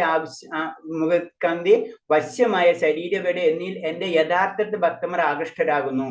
അപ്പൊ അവരുടെ മനസ്സ് എന്നെ കുറിച്ചുള്ള ചിന്തയിൽ തന്നെ ലയിച്ചു പോകത്തക്ക സുന്ദരമാണ്. അവർക്ക് എന്റെ ചിരിയും ലീലാവിലാസങ്ങളും നോട്ടവും അവർ സ്വന്തം ജീവിതം പൂർണ്ണമായി എനിക്ക് സമർപ്പിച്ചിരിക്കുന്നു. അപ്പൊ ഒരു ഭക്തൻ എന്താണെന്ന് ശരിക്കും കപിലദേവൻ ദേവഹൂതിക്ക് പറഞ്ഞു കൊടുക്കാണ്. ഭഗവന്തന്റെ അവതാരം തന്നെയാണ്. കാരണം ഭഗവാനിൽ അത്ര ആകൃഷ്ടരായി തീരാം നമ്മള്. അതാണ് നമ്മൾ വേണ്ടത്. ഭഗവാന്റെ മുഖകാന്തി, ശരീരവടവ്, അതുപോലെ തന്നെ എന്താണ് സുന്ദരമായ ആ ചിരി, ഇതിലൊക്കെ ആകർഷണം. ഭഗവാന്റെ രൂപം കാണും. ഭഗവാന് മാത്രമുള്ള ആ രൂപമല്ല, ബാക്കിയുള്ള ദേവതാ സങ്കല്പത്തിന് അങ്ങനത്തെ ഒരു രൂപം നമുക്ക് കാണാൻ കഴിയില്ല. ഭഗവാൻ എപ്പോഴും ചിരിച്ചിരിക്കുകയാണ്. നമ്മൾ ഭഗവാന്റെ കൃഷ്ണന്റെ അവതാരം നമ്മൾ നോക്കിക്കഴിഞ്ഞാലോ, നമുക്കാണ് അങ്ങനെ ഒരു അവസ്ഥയാണ്, നമുക്ക് ചിരിക്കാൻ പറ്റുമോ? അപ്പൊ അത് ഞാൻ പറഞ്ഞിട്ടുണ്ട്. ഒരു യുദ്ധത്തില് പോകുമ്പോ, ജരാസന്ധനാണെന്ന് തോന്നുന്നു, അങ്ങനെ യുദ്ധത്തിൽ നടക്കുന്ന സമയത്ത് ചിരിച്ചിരിക്കുന്നത് ആരാണ്? അതായിരിക്കും കൃഷ്ണൻ എന്ന് പറയുന്നത്. അപ്പൊ യുദ്ധത്തിൽ ചിരിക്കണവനാണ് ആരാണ്? ഭഗവാൻ. മനസ്സിലായി? അപ്പൊ അതാണ് ആ കൺസെപ്റ്റ്. ഇപ്പൊ നമുക്കൊന്നും ഇമേജ് ചെയ്യാൻ പറ്റില്ല ആ അവസ്ഥ. അതാണ് നമ്മൾ ഭഗവാൻ എന്ന് പറയുന്നത് തന്നെ. അപ്പൊ അവിടെ സമർപ്പിച്ചിരിക്കുന്നു. ഇങ്ങനെയുള്ള ഭൗതിക സുഖങ്ങളോ മോക്ഷമോ ആഗ്രഹിച്ചില്ലെങ്കിൽ പോലും അവർക്ക് എന്റെ ധാമത്തിൽ, എന്റെ ചങ്ങാതികളുടെ കൂട്ടത്തിൽ ഞാൻ സ്ഥാനമാണ്. അപ്പൊ ഇങ്ങനെയുള്ളവർ ഭൗതിക സുഖങ്ങളോ മോക്ഷങ്ങളോ ആഗ്രഹിക്കുന്നില്ലെങ്കിൽ, ആര്? ഭഗവാനിൽ ആകർഷണാവുന്ന വ്യക്തികൾക്ക്, ഭഗവാന്റെ രൂപത്തിൽ, ഭഗവാന്റെ ശരീര വടിവിലോ അല്ലെങ്കിൽ ഭഗവാന്റെ ചിരിയിലോ അങ്ങനെ ആകർഷണമാവുന്ന വ്യക്തികൾക്ക് എന്റെ ധാമത്തിൽ, എന്റെ ചങ്ങാതികളുടെ കൂട്ടത്തിൽ ഞാൻ സ്ഥാനം നൽകുന്നു എന്ന് പറയുന്നത് കപിലദേവ് ആർക്ക് പറഞ്ഞു കൊടുക്കണ? ദേവഹൂതിക്ക് പറഞ്ഞു കൊടുക്കുന്ന കഥകളാണ് ഭാഗവത്തിലെ കഥകളാണ് പറയുന്നത്. അപ്പൊ അത്രയും ഇത് ഇമ്പോർട്ടൻസ് ആണ്. അങ്ങനത്തെ വ്യക്തികൾക്കാണ് ഞാൻ. അപ്പൊ നമ്മളെ രീതിയിൽ എന്താ നമ്മൾ മനസ്സിലാക്കേണ്ടത്? ഇങ്ങനത്തെ വ്യക്തികൾക്കോ ഭഗവാന്റെ ധാമത്തിലേക്ക് കടക്കാൻ കഴിയുള്ളൂ. അപ്പൊ നമ്മള് അറ്റ്ലീസ്റ്റ് ഭക്തി വളർത്താതെ യാതൊരു ഓപ്ഷനും ഇല്ല. ചിലപ്പോ കുട്ടികളോട് പറയില്ല, പഠിക്കാണ്ട് മാർക്ക് കിട്ടില്ല എന്ന് പറഞ്ഞ പോലെ തന്നെ ഉദ്ധവർ ശ്രീകൃഷ്ണനോട് പറയുന്ന സമാനമായ മറ്റൊരു സന്ദർഭം ഈ ഗ്രന്ഥത്തിലുണ്ട്, ഇതേ ഗ്രന്ഥത്തിലുണ്ട്. അത് ഭാഗവതത്തിൽ വീണ്ടും പറയുന്നുണ്ട്. ആരോട്? ഉദ്ധവർ അല്ലെ. ശ്രീകൃഷ്ണൻ ഉദ്ധവരോട് പറയുന്ന പോയിന്റാണ് പറയുന്നത്. പ്രഭു ഭക്തിയുമായി അങ്ങയുടെ സേവനത്തിൽ മതാനുഷ്ഠാനം, സാമ്പത്തിക ലാഭം, ഇന്ദ്രിയ സമൃദ്ധി, മുക്തി ഇവയിൽ നിന്നും വിശേഷ വിദ്യയെ ഒന്നും ആഗ്രഹിക്കില്ല, കിട്ടാനുമില്ല. ഈ പറഞ്ഞതിൽ നിന്നൊക്കെയുള്ള സുഖം അവരെ സംബന്ധിച്ചാണ് ക്ഷിപ്രം ലഭ്യമാണെങ്കിൽ പോലും അങ്ങയുടെ പാദങ്ങളിലുള്ള വിശ്വാസവും ഭക്തിയും അചഞ്ചലമായി നിൽക്കണമെന്ന് മാത്രമാണ് എന്റെ പ്രാർത്ഥന. അപ്പൊ അതും ഇത് തന്നെ പോയിന്റ്സുകളൊക്കെ ജനറൽ ആയിട്ട് പല കാര്യങ്ങൾ, പല ശ്ലോകങ്ങളിൽ പറയുന്ന കാര്യങ്ങൾ നമ്മളോട് പറഞ്ഞു തരണം. പല കോട്ടിങ്സും പറഞ്ഞു. വീണ്ടും ഈ പോയിന്റ് തന്നെയാണ്. മുക്തി, അതുപോലെ ഇന്ദ്രിയ സമൃദ്ധി, മതാനുഷ്ഠാനം, സാമ്പത്തിക ലാഭം, ഇതൊന്നും ഒരു ഭക്തൻ ആഗ്രഹിക്കില്ല. അതൊക്കെ കഴിഞ്ഞിട്ടുള്ള കാര്യമാണ് ശരിക്കും ഭക്തി എന്ന് പറയുന്നത്. അങ്ങനെ ഇരിക്കെ ഏറിയപ്പോൾ സ്വർഗീയ ലോകങ്ങളിലേക്ക് ഉയർത്തപ്പെടാൻ മാത്രം സാധ്യതയുള്ള കാമ്യകർമ്മികൾക്ക് എങ്ങനെയാണ് അങ്ങയെ മനസ്സിലാക്കാനാകുക? അവരുടെ ആനന്ദം ഇങ്ങനെയാണെന്ന് ശുദ്ധ ഭക്തന്മാർ അനുഭവിക്കുക ആനന്ദത്തിന് സമാനമാവുക. വീണ്ടും ഒന്നും കൂടെ പറയാണ്. നമുക്കറിയാം കാമ്യകർമ്മികൾ എന്ന് പറയുമ്പോൾ എന്താണ്? വേദങ്ങൾ അനുസരിച്ചുള്ള കർമ്മങ്ങൾ ചെയ്യുന്നവനാണ് ശരിക്കും കർമ്മികൾ എന്ന് പറയുന്നത്. നമ്മളെ രീതിയിൽ കർമ്മം ചെയ്യുക, കർമ്മികൾ എന്ന് പറയുന്നത് നമ്മളെല്ലാവരും കർമ്മികൾ നമുക്ക് ജനറലിൽ പറയാൻ പറ്റില്ല. അതിൽ തന്നെ ഏറ്റവും താഴ്ന്ന ലെവലാണ് കർമ്മികൾ. അവരെന്താണ് ചെയ്യുന്നത്? വേദങ്ങൾ, ധർമ്മങ്ങൾ, ഓരോരുത്തർക്കും ഓരോ ധർമ്മങ്ങൾ ഉണ്ടല്ലേ. നമുക്കറിയാം പലതരം ധർമ്മങ്ങൾ. നമ്മൾ സമൂഹത്തിനോട് ചെയ്യുന്ന ധർമ്മമുണ്ട്, കുടുംബത്തിലെ ധർമ്മങ്ങൾ, ഇങ്ങനെ പല ധർമ്മങ്ങള് നമ്മളെ ഗ്രന്ഥങ്ങളിൽ വിവരിച്ചു തന്നിട്ടുണ്ട്. അതേപോലെ ജീവിതം മുന്നോട്ട് പോകുമ്പോ നമ്മ മുന്നിലേക്ക് പോകും. അവർക്ക് ചിലപ്പോൾ സ്വർഗീയ ഗ്രഹങ്ങളൊക്കെ ലഭിക്കാം പറഞ്ഞു. അത് ഇതിനൊന്നുമില്ല.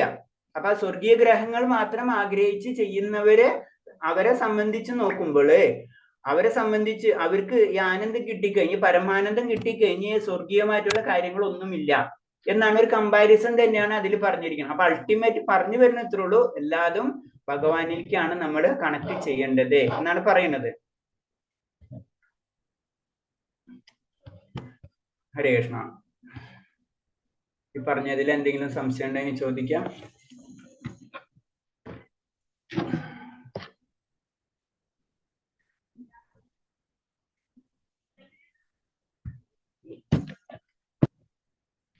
ഹരേ കൃഷ്ണ. അതൊരു ജസ്റ്റ് ഞാനൊന്നൊരു പോയിന്റ് നോട്ട് ചെയ്ത് ഞാനൊന്ന് നിങ്ങളോട് ഷെയർ ചെയ്യാം. നമ്മള് 6 ഗോസ്വാമിമാരെ പറ്റി പറയുന്നുണ്ടല്ലോ. അതില് നമുക്ക് സനാതന ഗോസ്വാമി, രൂപ ഗോസ്വാമി, അതുപോലെ തന്നെ ഗോപാല ഭട്ട ഗോസ്വാമി. ഈ ഗോപാല ഭട്ട ഗോസ്വാമി എന്ന് പറയുന്നത് സൗത്ത് ഇന്ത്യൻ ആണ് ശരിക്കും. അദ്ദേഹം തമിഴ്നാട്ടുകാരനാണ്. അതൊന്നും അറിയാൻ വേണ്ടി പറയുന്നതാണ്. കാരണം നമുക്കറിയാം ശ്രീരംഗത്തിലെ മഹാവിഷ്ണു ക്ഷേത്രം നമുക്കറിയാം. ശ്രീരംഗത്തിലെ ക്ഷേത്രം രംഗനാഥ് ടെമ്പിൾ അല്ലെ, അത് പറയുന്നത് ലോകത്തിലെ തന്നെ ഏറ്റവും വലിയ ടെമ്പിൾ. ഏത് ലെവലില്? അതായത് ചടങ്ങുകളൊക്കെ ഇപ്പോഴും നടന്നുകൊണ്ടിരിക്കുന്ന സ്ഥലത്താണ്. അവിടെയുള്ള അവിടുത്തെ സമ്പ്രദായം എന്ന് പറയുന്നത് ഇപ്പോഴും നമുക്കറിയാം ശ്രീ സമ്പ്രദായത്തിലാണ്. നമ്മളിപ്പോ കുറി ഇങ്ങനെയാണല്ലോ തോന്നുന്നത്. അവരെ കുറി കുറച്ചും കൂടി നമ്മ ഇവിടെ കണ്ടിട്ടോ പോലെ തിരുപ്പതിയിലെ കണ്ടിട്ടില്ലേ? അപ്പൊ അവിടുത്തെ രീതി കുറച്ചും കൂടി ഡിഫറൻസ് ആണ്. അത് രാമാനുജാര സമ്പ്രദായത്തിൽ വരുന്നതാണ് ശരിക്കും. അപ്പൊ ശരിക്കും ചൈതന്യ മഹാപ്രഭു അവിടെ സന്ദർശിച്ചപ്പോ, അവിടെ പോയിരുന്നപ്പോ, സൗത്ത് ഇന്ത്യയിൽ പോയിക്കൊണ്ടിരുന്നപ്പോ അവിടെ ഇവിടെ തന്നെ അവിടുത്തെ ഒരു ബ്രാഹ്മണ കുടുംബത്തില് അവിടെ താമസിച്ചപ്പോൾ അവിടെ ഉണ്ടായിരുന്ന ഒരു ബ്രാഹ്മണന്റെ മകനായിരുന്നു ശരിക്കും ഒരു ഗോപാല ഭട്ട് എന്ന് പറഞ്ഞിട്ടുള്ളത്. ഗോപാലൻ എന്നാണ് പേര്. പിന്നെ ആ ചെറിയ കുട്ടിയായിരുന്നു, 7 വയസ്സുള്ള കുട്ടിയായിരുന്നു. ആ കുട്ടി പിന്നെ ചൈതന്യ മഹാപ്രഭുവിന് സർവീസുകളൊക്കെ ചെയ്യായിരുന്നു. അങ്ങനെ ചെറിയ രീതിയിലുള്ളത്. അങ്ങനെ അവനോട് പറയാണ്, നീ ലാസ്റ്റ് നിന്റെ ഇവിടുത്തെ കാര്യങ്ങളൊക്കെ കഴിയുമ്പോ, ഇവിടുത്തെ എല്ലാ അച്ഛനമ്മരും കാര്യങ്ങളൊക്കെ കഴിഞ്ഞ് വരുമ്പോ നീ അങ്ങോട്ട് വരാൻ പറയണം. അങ്ങനെ പിന്നെ ഗോപാലൻ അല്ലെങ്കിൽ ഗോപാല ഭട്ടസ്വാമി പോവാണ് എവിടെ, അങ്ങനെ വീണ്ടും ചൈതന്യ മഹാപ്രഭുവിന്റെ അടുത്ത് പോവാണ്. ചൈതന്യ മഹാപ്രഭു പിന്നെ വൃന്ദാവനത്തിലേക്ക് പറഞ്ഞു വിടാണ്. അവിടെയാണ് രൂപഗോസ്വാമി 6 ഗോസ്വാമികളിൽ 2 പേര് അപ്പോഴും ഉണ്ടായിരുന്നു. സനാതന ഗോസ്വാമിയും രൂപഗോസ്വാമിയും അവിടെ ഉണ്ടായിരുന്നു. അങ്ങനെ അവിടെ ചെല്ലാണ്. പിന്നെ അവരെ കൂടെ അവിടുത്തെ കാര്യങ്ങൾ ചെയ്തുകൊണ്ടിരിക്കുകയായിരുന്നു. അങ്ങനെ ചെയ്തുകൊണ്ടിരിക്കുമ്പോഴാണ് പിന്നെ മുക്തിനാഥ്, നമുക്കറിയാം നേപ്പാളിലുള്ള ഒരു സ്ഥലമാണ് മുക്തിനാഥ് അല്ലെ. അവിടെ ഗണ്ഡകി നദി, അവിടെയാണ് ശരിക്കും ഈ സാളഗ്രാമങ്ങൾ ലഭിക്കുക. അങ്ങനെ ഗോപാല ഭട്ടസ്വാമി അങ്ങനെ നേപ്പാളിൽ പോകും. അങ്ങനെ പോവല്ല, ഒരു തീർത്ഥയാത്രയ്ക്കൊക്കെ പല സ്ഥലത്തും പോകണല്ലോ. അവിടെ ചെന്നിട്ട് 12 ശിലകൾ, സാളശിലകൾ കിട്ടാണ്, സാളഗ്രാമ ശിലകൾ അവിടെ നിന്ന് എടുത്തു കൊണ്ടുവരാണ്. അങ്ങനെ എടുത്തു കൊണ്ടുവന്ന് അത് പൂജ ചെയ്യാൻ നോക്കുമ്പോ ഗോപാല ഭട്ടസ്വാമിക്ക് തോന്നണാണ്, ഞാൻ അത് ചെയ്യുന്നത് ശരിയല്ല, എനിക്ക് അതൊരു പ്യൂരിഫൈ ആയിട്ടില്ലല്ലോ. അതാണ് ആചാര്യന്മാര് അത്ര ലെവലിലാണ്. എന്നിട്ട് അവർ ചിന്തിക്കുന്നത് അതാണ്. അങ്ങനെ വീണ്ടും അത് തിരിച്ചു കൊണ്ടുപോയി അവിടെ നദിയെ തന്നെ ഉപേക്ഷിക്കാന്ന് വിചാരിക്കണം. അങ്ങനെ നദിയെ ഉപേക്ഷിക്കുന്ന സമയത്ത് വീണ്ടും ആ ഉപേക്ഷിക്കുന്ന സമയത്ത് പറഞ്ഞു തിരിച്ച് ആ ശിലകള് തിരിച്ചും ഗോപാല ഭട്ടസ്വാമി ഇതിലേക്ക് വരികയാണ്. അത് ഇടുമ്പോ വീണ്ടും കയ്യിലേക്ക് ഇങ്ങനെ വരുന്നു. ആ ഓരോ ശിലയെ പറ്റിയെന്ന് ഓരോ ശിലയിലും ഓരോ അവതാരങ്ങളുടെ മുദ്ര പതിഞ്ഞിട്ടുണ്ടാവും. അപ്പൊ അത് ശിലകളെ പറ്റിയത്. അങ്ങനെ ആ ശില അപ്പൊ തിരിച്ച് അങ്ങനെ പിന്നെ വീണ്ടും അത് കൊണ്ടുവരാണ് ഗോപാല ഭട്ടസ്വാമി. അത് ശരിക്കും സഞ്ചിയിലാക്കി വീണ്ടും അത് സദാ കഴുത്തി കെട്ടിത്തിക്ക് നടന്നിരുന്നതാണ്. അങ്ങനെ പിന്നെ എന്താണ്, അത് കഴിഞ്ഞിട്ട് പൂജകൾ ചെയ്തുകൊണ്ടിരിക്കുകയാണ്. സാളഗ്രാമത്തിന് പൂജകൾ ചെയ്തുകൊണ്ടിരിക്കുമ്പോ മറ്റുള്ളവർക്കൊക്കെ രൂപമുണ്ട്. പക്ഷെ എന്താണ് ഗോപാല ഭട്ടസ്വാമിക്ക് എന്ന് പറഞ്ഞ സംഭവിക്കുന്ന വെച്ചാൽ രൂപമില്ല അല്ലെ, അങ്ങനെ ശിലകളാണല്ല. അങ്ങനെ വിഷമിച്ചിരിക്കുകയാണ്. അപ്പൊ അതേപോലെ തന്നെ വേറെ പൂജ ആഭരണങ്ങളൊന്നുമില്ല. ആഭരണങ്ങളൊന്നും ഇല്ലാത്ത കാരണം കൊണ്ട് ഇങ്ങനെ വിഷമിച്ചിരിക്കുമ്പോ പിന്നെ ഒരു വലിയൊരു ധനികൻ കൊടുക്കണം കുറച്ച് ആഭരണങ്ങളൊക്കെ. അപ്പോഴെന്താ അണിയിക്കണമെങ്കിൽ ആ ഒരു രൂപം വേണ്ടേ. അപ്പൊ നിങ്ങൾ വിഷമിച്ചിരിക്കുന്ന സമയത്താണ് പിറ്റേ ദിവസം അത് ഒരു അതിസുന്ദരമായിട്ടുള്ള ഒരു രൂപമായിട്ട് ഭഗവാന്റെ അഞ്ജന കല്ലി കൊത്തിയിട്ടുള്ള ഒരു അതിസുന്ദരമായിട്ടുള്ള വിഗ്രഹമായി മാറുന്നത്. അതാണ് ശരിക്കും രമണൻജി. അതാണ് നമ്മളിപ്പോ വൃന്ദാവനത്തിൽ കാണുന്ന ക്ഷേത്രം രമൺ. അതാണ് പിന്നെ രാധാരമൺജി ആയിട്ട്. അതാണ് രാധാരമണൻ. നമുക്ക് വളരെ വളരെ ഫേമസ് ആയിട്ടുള്ള ഈ ടെമ്പിളിന്റെ മാത്രമാണ് ശരിക്കും പറഞ്ഞു കഴിഞ്ഞാല് ഔറംഗസീബിന്റെ പടയോട്ടത്തിൽ നിന്ന് തീർച്ചയായിട്ടും പറഞ്ഞു കഴിഞ്ഞാൽ രക്ഷപ്പെട്ടത്. നമ്മൾ ഇതിൽ പറഞ്ഞു കഴിഞ്ഞാൽ അത്ര ഇമ്പോർട്ടൻസ് ആണ്. അപ്പൊ ഇപ്പോഴും പറയുന്നത് 500 വർഷത്തോളായില്ല, ഇപ്പോഴും അവിടെ രാധാരമണ ക്ഷേത്രത്തിൽ നൈവേദ്യത്തിന് ഉപയോഗിച്ചു വരുന്നത് അവിടെ ശ്രീ ഗോപാല ഭട്ടസ്വാമി എരിയിച്ചതായ അഗ്നിയിൽ നിന്നാണ്. അന്ന് കത്തിയ അഗ്നിയാണ് ഇപ്പോഴും ഉപയോഗിച്ചുകൊണ്ടിരിക്കുന്നത് പറയുന്നത്. അത്രയും. അപ്പൊ അദ്ദേഹം പല ഗ്രന്ഥങ്ങൾ രചിച്ചിട്ടുണ്ട്. അതിൽ ചൈതന്യ മഹാപ്രഭുവിന്റെ ഇഷ്ടപ്പെട്ട പ്രകാരം രചിച്ച ഒരു ഗ്രന്ഥത്തിന്റെ പേരാണ് ഷഡ്ക്രിയ സാര സന്ദർഭ. ഭക്തി സാധന ക്രിയകളെ വിസ്തരിച്ചിട്ടുള്ള ഒരു മുഖ്യ ഗ്രന്ഥമാണ്. അങ്ങനെ പല ഗ്രന്ഥങ്ങളും ആചാര്യന്മാര് രചിച്ചിട്ടുണ്ട്. അതിൽ പല നമ്മൾ പറയുന്ന ആചാര്യന്മാരെ എപ്പോഴും ഭഗവാന്റെ മഞ്ജരികളായിട്ടാണ് വരുന്നത്. ഗോലോക വൃന്ദാവനത്തിലെ മഞ്ജരി ഗോപികമാര് താഴെ ഉള്ളതാണ് മഞ്ജരികൾ എന്ന് പറയുന്നത്. അപ്പൊ രൂപമഞ്ജരി, ഇതുപോലെ തന്നെ ഗോപാല ഭട്ടസ്വാമി ഗുണമഞ്ജരി ആയിരുന്നു പറയുന്നത്. അതേപോലെ തന്നെ ഇപ്പോഴും എവിടെ നമ്മ രംഗനാഥ സ്വാമി ക്ഷേത്രത്തില് മഹാപ്രഭുവിന്റെ ശിഷ്യനായ ശ്രീ വെങ്കിട്ട ഭട്ടന്റെ 7ാം തലമുലക്കാരനായ ശ്രീരംഗ ഭട്ടരും ഇപ്പോഴും അവിടെ ഉണ്ട്. അവരാണ് പൂജാക്രമങ്ങൾ ഇപ്പോഴും ചെയ്തുകൊണ്ടിരിക്കുന്നത് പറഞ്ഞത്. അവരാണ് ശരിക്കും 1980 ശരിക്കും അറിയാം, ഫോറിനേഴ്സിനൊന്നും നമ്മളെ അമ്പലത്തിലൊന്നും കയറ്റില്ല അല്ലെ. ഇസ്കോണിൽ വിവിധ രാജ്യങ്ങളിൽ നിന്നും 1980 വന്നിരുന്ന ഹരേ കൃഷ്ണ ഭക്തന്മാർക്ക് ശ്രീരംഗ ക്ഷേത്രത്തിൽ പ്രവേശനം അനുവദിച്ചതും രംഗ രാജ ഭട്ടാചാര്യരാണ് എന്ന് പറയുന്നത്. അപ്പൊ അതേപോലെ തന്നെ പിന്നെ ഇപ്പോഴും അവിടെ എന്താണ് ചൈതന്യ മഹാപ്രഭു അവിടെ വന്ന കാരണം ശരിക്കും ചൈതന്യ പ്രഭു ജഗന്നാഥിന്റെ പുരിയിലാണ് ഏറ്റവും കൂടുതൽ കാലം ഉണ്ടായിരുന്നത്. അപ്പൊ അവിടെ വന്ന് കുറെ നാൾ അവിടെ നിന്നപ്പോൾ അവിടെ ഇതേപോലെ തന്നെ ഇത് കൊത്തിയെടുത്തിട്ട് ബലദേവ്, സുഭദ്ര, ജഗന്നാഥ് ഈ 3 വിഗ്രഹങ്ങൾ ഇപ്പോഴും അവിടെ ഉണ്ട്. അവിടെ ഭജന ചെയ്യുന്ന സ്ഥലമുണ്ട്. അത് റോഡിന്റെ അപ്പുറത്തെ സ്ഥലത്ത് ഇപ്പോഴും കാണാം. അവിടെ ഇതുപോലെ തന്നെ ചൈതന്യ മഹാപ്രഭുവിന്റെ രൂപം കൊടുത്തിട്ടുണ്ട്. അപ്പൊ ഇത്രയും ഇമ്പോർട്ടൻസ് ഉണ്ട് ഇത് നമ്മളെ സൗത്ത് ഇന്ത്യൻ ആയിട്ട് ലിങ്ക് ചെയ്യുമ്പോൾ. അതുകൊണ്ട് ഞാൻ പറഞ്ഞാണ് രൂപഗോസ്വാമി അവിടെ നിന്നാണ് വന്നിട്ടുള്ളത്. അത് ഏത് സമ്പ്രദായം? ശ്രീ സമ്പ്രദായത്തിൽ നിന്നാണ് വന്നിട്ടുള്ളത്, രാമാനുജാര്യ സമ്പ്രദായത്തിൽ നിന്നാണ് വന്നിട്ടുള്ളത്. ഇപ്പൊ വൃന്ദാവനത്തിൽ കാണുന്ന ആ രാധാരമണൻ എന്നുള്ള രാധാരമണൻജി ആ വിഗ്രഹം ശരിക്കും ആ ശാലഗ്രാമത്തിൽ നിന്ന് വന്നിട്ടുള്ളതാണ്. അത് ഗോപാല ഭട്ടസ്വാമി പ്രതിഷ്ഠിച്ചിട്ടുള്ളതാണ് എന്നാണ്. അതുപോലെ തന്നെ ഈ രംഗനാഥ ക്ഷേത്രം ലോകത്തിലെ തന്നെ ഏറ്റവും വലിയ ക്ഷേത്രം നമുക്ക് പറയാം. കാരണം പൂജകൾ നടക്കുന്നത് ആ ക്ഷേത്രം പറഞ്ഞത് വളരെ 21 ഗോപുരം, രാജഗോപുരം, അത് 10,000-1000 പലരും പോയിട്ടുണ്ടാവും. പോകാൻ പറ്റാവുന്ന തമിഴ്നാട്ടിൽ നിന്നാണ് പോകാൻ പറ്റുന്നവര് പോവാതെ. വളരെ ഇമ്പോർട്ടന്റ്. അതായത് 108 ദേവസ്ഥല ഉണ്ടല്ലോ കൃഷ്ണന്റെ ഭഗവാന്റെ, അത്ര ഇമ്പോർട്ടന്റ് ആയിട്ടുള്ള ഒരു പ്ലേസ് ആണ്. ഞാനത് ജസ്റ്റ് ഒന്ന് ഇതിനെപ്പറ്റി നോക്കിയപ്പോ കണ്ടപ്പോ നിങ്ങളോട് പറഞ്ഞെന്ന് മാത്രമേ ഉള്ളൂ. ഹരേ കൃഷ്ണ. അപ്പൊ ഇത്തരം നമ്മൾ ഇതില് നമുക്ക് ഇനി ക്വസ്റ്റ്യൻസ് കഴിഞ്ഞില്ല. ഇതിൽ എന്തെങ്കിലും സംശയം ഉണ്ടോ ചോദിക്കാൻ? ഇപ്പൊ ഇന്ന് ക്ലാസ് എടുത്താലും പ്രഭുജി ആ ഗ്രന്ഥത്തിന്റെ പേര് പറഞ്ഞ ഹരേ കൃഷ്ണ. എന്താ മാതാജി? ഗോപാല ഭട്ട ഗോസ്വാമി അവരുടെ ഗ്രന്ഥത്തിന്റെ പേര് ഷഡ്ക്രിയ. ഗ്രന്ഥത്തിന്റെ ജസ്റ്റ് പറഞ്ഞെന്നുള്ളൂ. അത് നമ്മളിതില് പറഞ്ഞു വെച്ച് കഴിഞ്ഞാൽ വളരെ ഇമ്പോർട്ടന്റ് ആയിട്ടുള്ള ഗ്രന്ഥാണ് അത്. അതായത് ഗ്രന്ഥത്തിന്റെ പേര് നോക്കട്ടെ.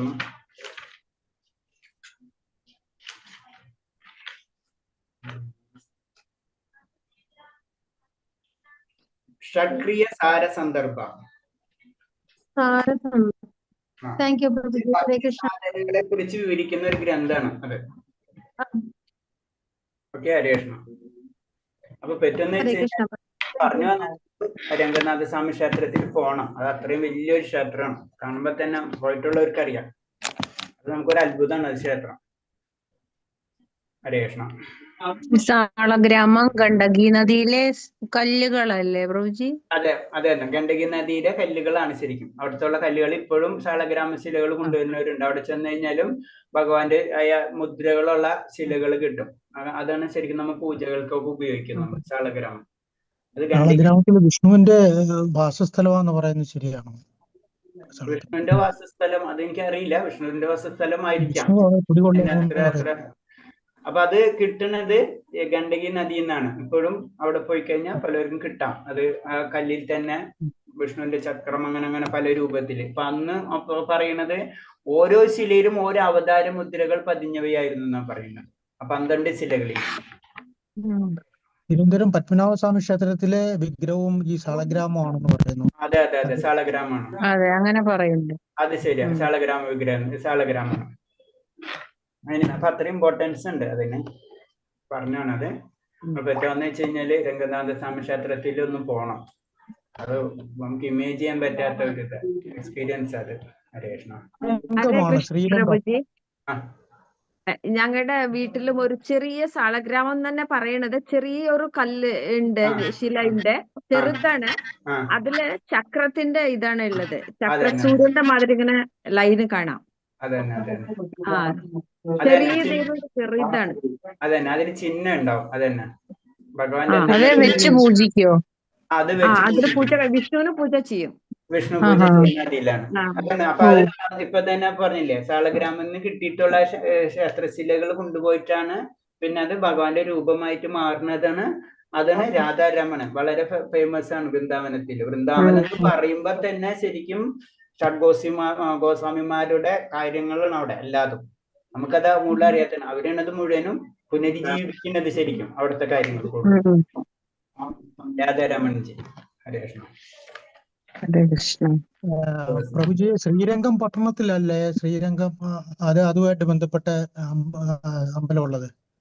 തമിഴ്നാട്ടിലെ ശ്രീരംഗം എന്ന് പറയുന്ന സ്ഥലത്ത് തന്നെയല്ലേ? അതെ അതെ അതെ അതെ, തിരുച്ചിറപ്പള്ളിയിലുള്ളത്. തൃച്ചി അല്ലേ? ആ തൃച്ചി. നല്ല പോയിട്ടില്ലേ? പോയിട്ടില്ലാത്തവരൊന്ന് പോണം. അത് വളരെ പറഞ്ഞില്ലേ, ലോകത്തിലെ തന്നെ ഏറ്റവും വലിയ ടെമ്പിൾ. ഏത് ഫങ്ഷൻസ് നടക്കണം, ഇപ്പോഴും പൂജകളും എല്ലാതും നടക്കണ ക്ഷേത്രം. നമ്മൾ ഇമേജ് ചെയ്യാൻ പറ്റില്ല. രാജഗോപുരം കണ്ടു കഴിഞ്ഞാല് അത്രയും വലിയ ഇതാണ് കേട്ടോ. അവിടെ 252 ദിവസവും ഉത്സവമാണ്.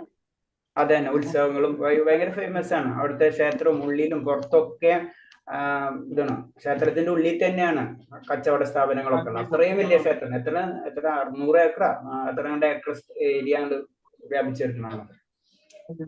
എവിടെന്നാ പറഞ്ഞ പ്രഭുജി? തൃച്ചി. തൃച്ചി. തമിഴ്നാട്ടിൽ. അത് ഞാൻ പറഞ്ഞു വന്നത് നമ്മള് രൂപഗോസ്വാമിയുടെ ഗോപാലഭട്ട ഗോസ്വാമി ശ്രീ സമ്പ്രദായത്തിൽ നിന്നാണ് വന്നിട്ടുള്ളത്.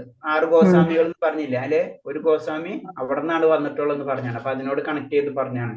അപ്പൊ ആചാര്യന്മാരെ ചിന്താഗതി പറഞ്ഞപ്പോഴാണ് ഭക്തൻ എന്ന് പറയുമ്പോൾ അതിന് ഗോപാലഭട്ട ഗോസ്വാമി എന്താണ് പറഞ്ഞാൽ, സാളഗ്രാമം കൊണ്ടുവന്നിട്ട് അത് ഞാൻ ചെയ്യുന്നത് ആചാര്യനാണ് ഇത്രേ. എന്നിട്ട് ഇപ്പൊ ചിന്തിച്ച എന്താണ്, ഞാൻ എന്തെങ്കിലും ചെയ്യണ തെറ്റുണ്ടാവില്ല എന്ന് വിചാരിച്ച് വീണ്ടും അവിടെ കൊണ്ടിടാൻ പോവാണ്. എന്നിട്ട് അത് ഭഗവാൻ കയ്യിലേക്ക് തിരിച്ചു വരികയാണ് ചെയ്യണത്. ആ ഭക്തൻ അപ്പൊ മനസ്സിലായി, അങ്ങനെയാണ് വീണ്ടും കൊണ്ടുവരുന്നത്. അതാണ് ഒരു ഭക്തൻ എന്ന് പറയുമ്പോ നമ്മള് ചിന്തിക്കുന്നതിനൊക്കെ ഇമേജ് അതിന്റെ അപ്പുറത്താണ്. നമ്മൾ എത്ര ചെയ്താലും നമുക്ക് തോന്നും നമുക്ക് പരിപൂർണ ആയിട്ടില്ല എന്നൊരവസ്ഥ. അതാണ് ഇതിൽ കൂടെ നമുക്ക് മനസ്സിലാകും. അതാണ് ശരിക്കും അവരെയാണ് ഭഗവാൻ എങ്ങോട്ട് കൊണ്ടുപോവുക, കളിക്കൂട്ടുകാരനായിട്ടും ചങ്ങാതിയായിട്ടും എന്ന് പറയില്ല, അനേക ജന്മങ്ങളുള്ള മുൻജന്മങ്ങളിൽ ചെയ്തിട്ടുള്ള സുഹൃത്തുക്കൾ കൊണ്ടാണ് ഗോപന്മാർക്ക് ഭഗവാന്റെ കൂടെ ഇരുന്ന് കളിക്കാൻ പറ്റുമെന്ന് പറഞ്ഞില്ല നമ്മള്. ആ സമയത്ത് ഭഗവാന്റെ തോളിൽ കയറിയിരിക്കുന്നവരാണ് ഗോപന്മാരാണ്. അവരിങ്ങനത്തെ മുക്താത്മാക്കളാണ്. അപ്പൊ ഇവിടെ പറഞ്ഞ മഞ്ചേരിയുടെ പേര് തന്നെ പറഞ്ഞിട്ട് ഇതില്. മഞ്ചേരികൾ എന്ന് പറയുന്ന എന്താണ്, ഗുണമഞ്ചേരി എന്ന് ശരിക്കും ഈ ഗോപാല ഭട്ട ഗോസ്വാമി. അതായത് ഭഗവാൻ അവതരിക്കുമ്പോൾ ഓട്ടോമാറ്റിക് ആയിട്ട് ഭഗവാന്റെ ചുറ്റുപാട് എല്ലാവരും, അതായത് വൃന്ദാവനം തന്നെ, രാധാറാണിയുടെ കഥ അറിയാല്ല, രാധാറാണി എന്താ ചെയ്ത് വൃന്ദാവനം തന്നെ അങ്ങോട്ട് കൊണ്ടുവരുന്നു. അപ്പൊ അവിടത്തുള്ള എല്ലാവരെയും അങ്ങോട്ട് കൊണ്ടുവരും. അതാണ് സംഭവിക്കുന്നത്. വൈഷ്ണോദേവി ക്ഷേത്രം രാധാറാണിയാണോ? അത് ദേവി സങ്കല്പം. എല്ലാതും ദേവികൾ, എല്ലാതും രാധാറാണി എന്നാണ് വരുന്നത്. വൈഷ്ണവ ക്ഷേത്രമാണെങ്കിലും ദേവിയുടെ തന്നെയാണ് വരുന്നത്. അതിന്റെ കഥകൾ വേറെ. വലിയ ക്ഷേത്രമാണ്, നല്ല നല്ല ക്ഷേത്രമാണ് അത്. ആയിട്ടുള്ള ക്ഷേത്രമല്ലേ. പ്രഭുജി, സാളഗ്രാമം എന്നുള്ള പേര് വരാൻ കാര്യം എന്താണ്? സാളഗ്രാമം എന്ന് പറയുമ്പോ ആ സ്ഥലത്തിനോട് എന്തെങ്കിലും എനിക്കറിയില്ല അത് കറക്റ്റ് ആയിട്ട്. സാളഗ്രാമം എന്നാണ് അതിന്റെ ശിലകളെ പേര് പറയാം. അപ്പൊ ഇവിടെ സാള എന്ന് പറയുമ്പോ അങ്ങനെ അതെനിക്കറിയില്ല പ്രഭു. ഹരേഷ്ണ. ഓക്കെ, അത് കണ്ടാൽ നമുക്ക് തിരിച്ചറിയാനുള്ള എന്തെങ്കിലും തിരിച്ചറിയാന്ന് പറഞ്ഞാൽ ഭഗവാന്റെ എന്തെങ്കിലും ചിഹ്നങ്ങൾ അതിലുണ്ടാവും. അതാണ് അതിന്റെ പ്രത്യേകത. ശരി, ഓക്കെ. അതെന്ന് പറഞ്ഞത് അതിൽ എന്തെങ്കിലും ഒരു ചിഹ്നം ഉണ്ടാവും. അല്ല സാധാരണ ശില പോലെ ആയിരിക്കില്ല. അല്ല നമ്മൾ സാധാരണ ശില കാണുന്ന മാതിരി കറുത്ത കളറും അതൊക്കെ തന്നെ ആയിരിക്കില്ലേ? അത് തന്നെ ആയിരിക്കും, അതില് ഒരു കറുത്ത പോലെ തന്നെ ആയിരിക്കും. പക്ഷെ അതില് സംഭവിക്കാന്ന് വെച്ച് കഴിഞ്ഞാൽ അതില് ഭഗവാന്റെ എന്തെങ്കിലും ഒരു ഇതുണ്ടാവും, ചിഹ്നങ്ങൾ ഉണ്ടാവും. ഭഗവാന്റെ സുദർശന ചക്രവുമായിട്ട് ഒരു ബന്ധമുണ്ടെന്ന് പറയുന്നത്. അതന്നെ, സുദർശന ചക്രമൊക്കെ അതില് വരാം. അതിലിപ്പോ ഇതിൽ പറഞ്ഞില്ലേ എത്രയും പല അവതാര മുദ്ര, പല അവതാരങ്ങളെ മുദ്രകൾ ചിലപ്പോ നമുക്ക് കിട്ടുന്നത് ചിലപ്പോ ഏതെങ്കിലും ഒരു മുദ്ര ഉണ്ടാവും, ചിലപ്പോ വേറെ ഏതെങ്കിലും അവതാരത്തിന്റെ മുദ്രകളായിരിക്കാം, അങ്ങനെയൊക്കെ. അപ്പൊ അത് വിഷ്ണു തന്നെ എന്നുള്ള സങ്കല്പമാണ്. ഹരേ കൃഷ്ണ. നമ്മളത് ഞാനിത് ഒന്ന് ഒരു ഇങ്ങനെ നോക്കിയപ്പോ ഇതിനായിട്ട് കണക്ട് ചെയ്തപ്പോ പറഞ്ഞെന്ന് മാത്രമേ ഉള്ളൂ. അത് അവിടെ പോയാൽ മാത്രമേ കിട്ടുള്ളൂ അല്ലേ? അതെ അതെ അതെ, അവിടെ മാത്രമേ ഉള്ളൂ ഇത്. നമുക്ക് വീട്ടിൽ വെക്കാൻ പാടില്ലല്ലോ അത്? അതെന്ന് പറഞ്ഞില്ലേ, ഇപ്പൊ അതും കൂടി പറയാനാണ് ഞാൻ ഇത് പോയിന്റ് കൊണ്ടുവന്നത്. ഹരേ കൃഷ്ണ, മനസ്സിലായി? വെക്കണോണ്ട് കുഴപ്പമില്ല. പക്ഷെ ഇപ്പൊ പറഞ്ഞില്ലേ, ഒരു വലിയ ഇത്തരം വില ഗോപാല ഭട്ട ഗോസ്വാമി അവര് എന്താണ് ചിന്തിച്ചത്, അവർക്ക് അത് പ്യൂരിഫൈ ചെയ്യാൻ പറ്റണില്ല എന്നൊരു തോന്നല്. അതിന്റെ അത് വെക്കണ്ടെന്നല്ല പറഞ്ഞത്, നമ്മൾ പരിശുദ്ധിയായിട്ട് കാര്യങ്ങൾ ചെയ്യണം, അത്രേ ഉള്ളൂ അതിന്റെ കാര്യം. ഹരേ കൃഷ്ണ. പ്രഭു, അപ്പൊ ഇതില് നമുക്ക് ഇനി ക്വസ്റ്റ്യൻസിലേക്ക് കിടക്കാം. വേറെ എന്തെങ്കിലും ഉണ്ടോ?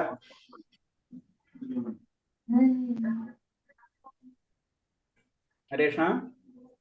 ക്വസ്റ്റ്യൻ ആൻസർ, ഇന്നലത്തെ ക്വസ്റ്റ്യൻ ആൻസർ ബാലൻസ് ഇല്ലേ? രണ്ടാമത്തെ ചാപ്റ്ററിലെ പറയണം. രണ്ടാമത്തെ ചാപ്റ്ററിലെ പറയണം അല്ലേ? ഒന്നാമത്തെ ചാപ്റ്റർ കഴിഞ്ഞാ? കഴിഞ്ഞു. ഒന്നാമത്തെ ചാപ്റ്റർ കഴിഞ്ഞു അല്ലേ? രണ്ടാമത്തെ ചാപ്റ്റർ സ്റ്റാർട്ട് ചെയ്യണം അല്ലേ?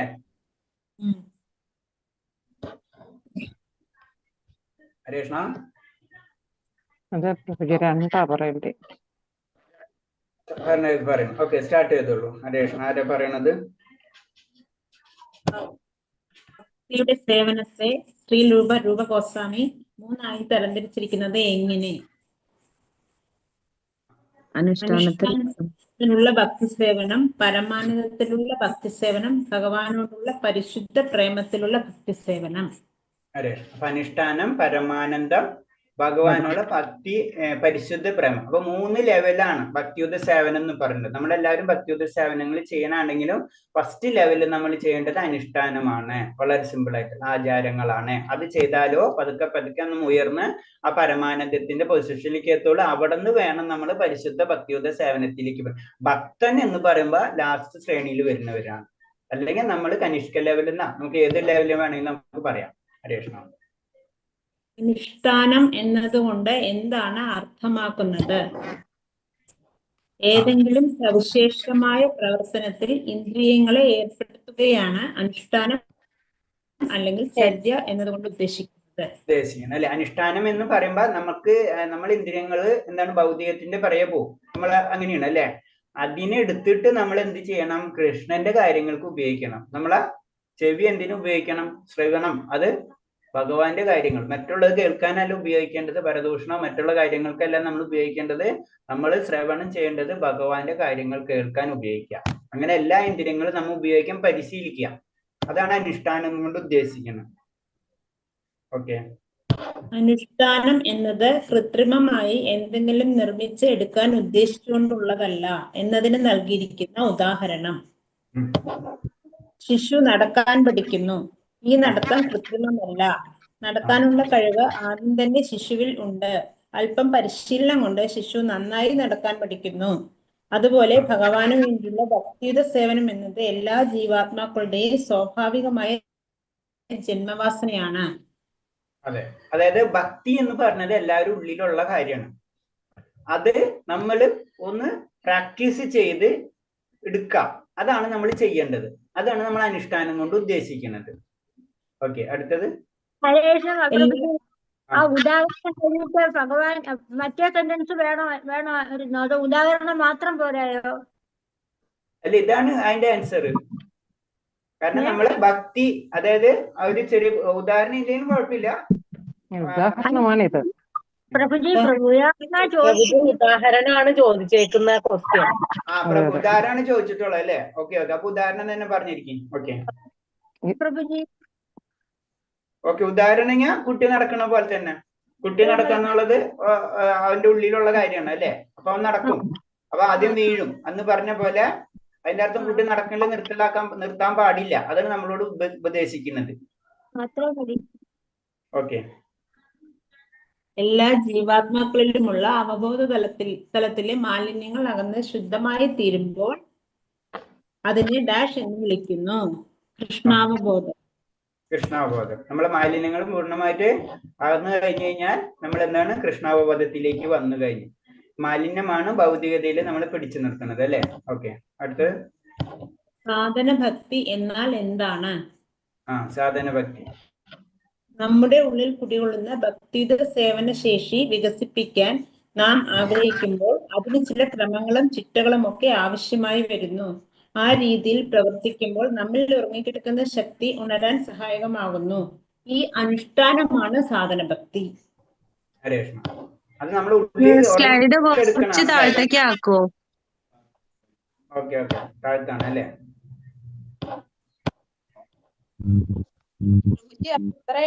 ഇവിടെ തൊട്ട് പറയാം, നമ്മളിൽ ഉറങ്ങിക്കിടക്കുന്ന ശക്തിയെ.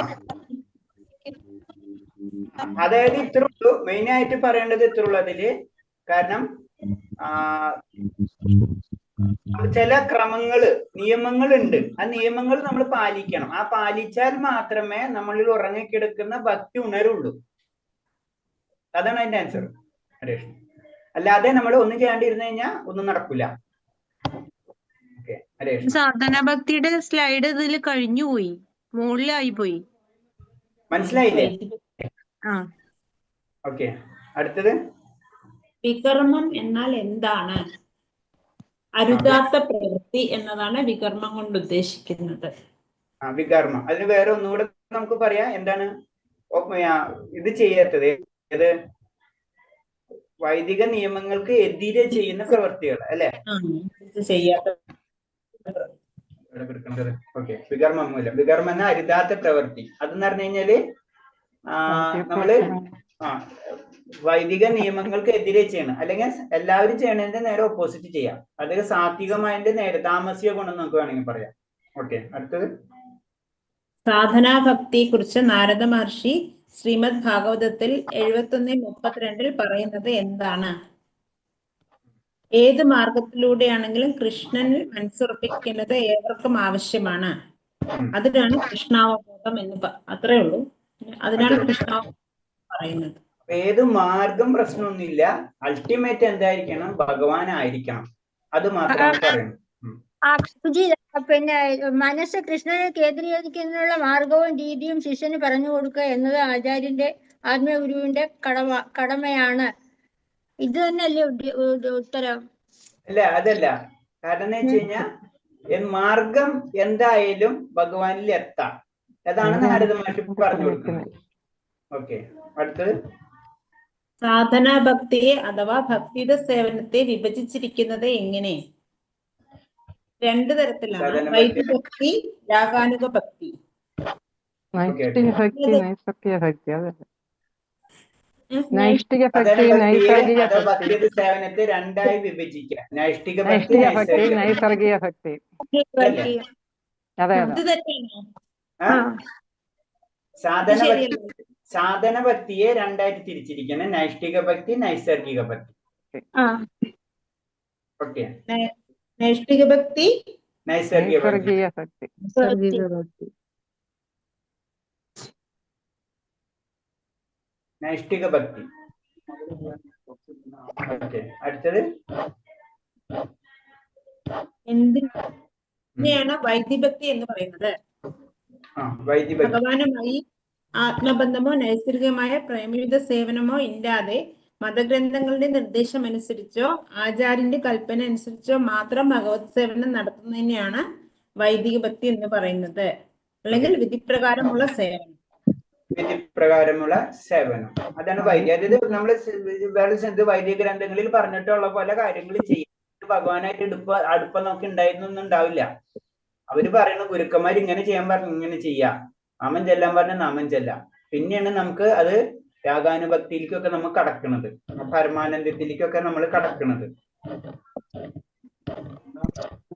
ശുകദേവ സ്വാമി പരീക്ഷിത് രാജാവിനോട് മരണത്തെ നേരിടാൻ എന്ത് ചെയ്യാനാണ് പറഞ്ഞത്?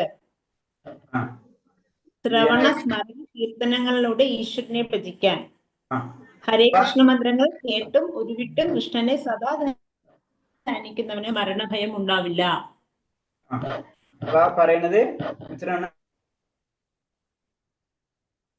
കാരണം എന്ന് വെച്ച് കഴിഞ്ഞാല് ഭജിക്കുക, ശ്രവണ സ്മരണ കീർത്തന, ഈ 3 കാര്യം നമ്മൾ ചെയ്തുകൊണ്ടിരിക്കും. അവന് മരണത്തിന് ഭയം ഉണ്ടാവില്ല. കാരണം അവന് മരണത്തിനെ പറ്റി ചിന്തിക്കേണ്ട, ഭഗവാൻ ഏത് സമയം ഉണ്ടാവും. അത് അവന്റെ സ്മരണ തന്നെ ഭഗവാനിലാണ്. പിന്നെ മരണത്തിനെ പറ്റി സ്മരിക്കേണ്ട ആവശ്യമില്ല. അതാണ് അത് പറയുന്നത്. പരാജയം എന്ന പദം കൊണ്ട് അർത്ഥമാക്കുന്നത് എന്താണ്? മനുഷ്യരൂപം ലഭിച്ചിട്ടും ജനന മരണങ്ങളുടെ ഊരാക്കുടുക്കിൽ നിന്ന് രക്ഷപ്പെടാനുള്ള സുവർണാവസരം നഷ്ടപ്പെടുത്തുന്നതിനെയാണ് പരാജയം എന്ന് പദം കൊണ്ട് അർത്ഥമാക്കുന്നത്. ഈ മനുഷ്യജന്മം എന്ന് പറയുന്നത് തന്നെ വളരെ അപൂർവമാണ് അല്ലെ? അപ്പൊ അത്രയും നല്ലൊരു ജന്മം കിട്ടിയിട്ട് നമ്മൾ വെറുതെ ജീവിതം തീർത്തു കഴിഞ്ഞാൽ അത് ആ ജന്മം പരാജയമാണെന്ന് നമുക്ക് പറയാം. ഓക്കെ. ജനന മരണങ്ങളുടെ അവസാനിക്കാത്ത ശൃംഖലയിലേക്ക് നാം വലിച്ചെറിയപ്പെടാതിരിക്കാൻ എങ്കിൽ എന്ത് ചെയ്യണം? കൃഷ്ണാവബോധം നമ്മിൽ വളർത്തണം.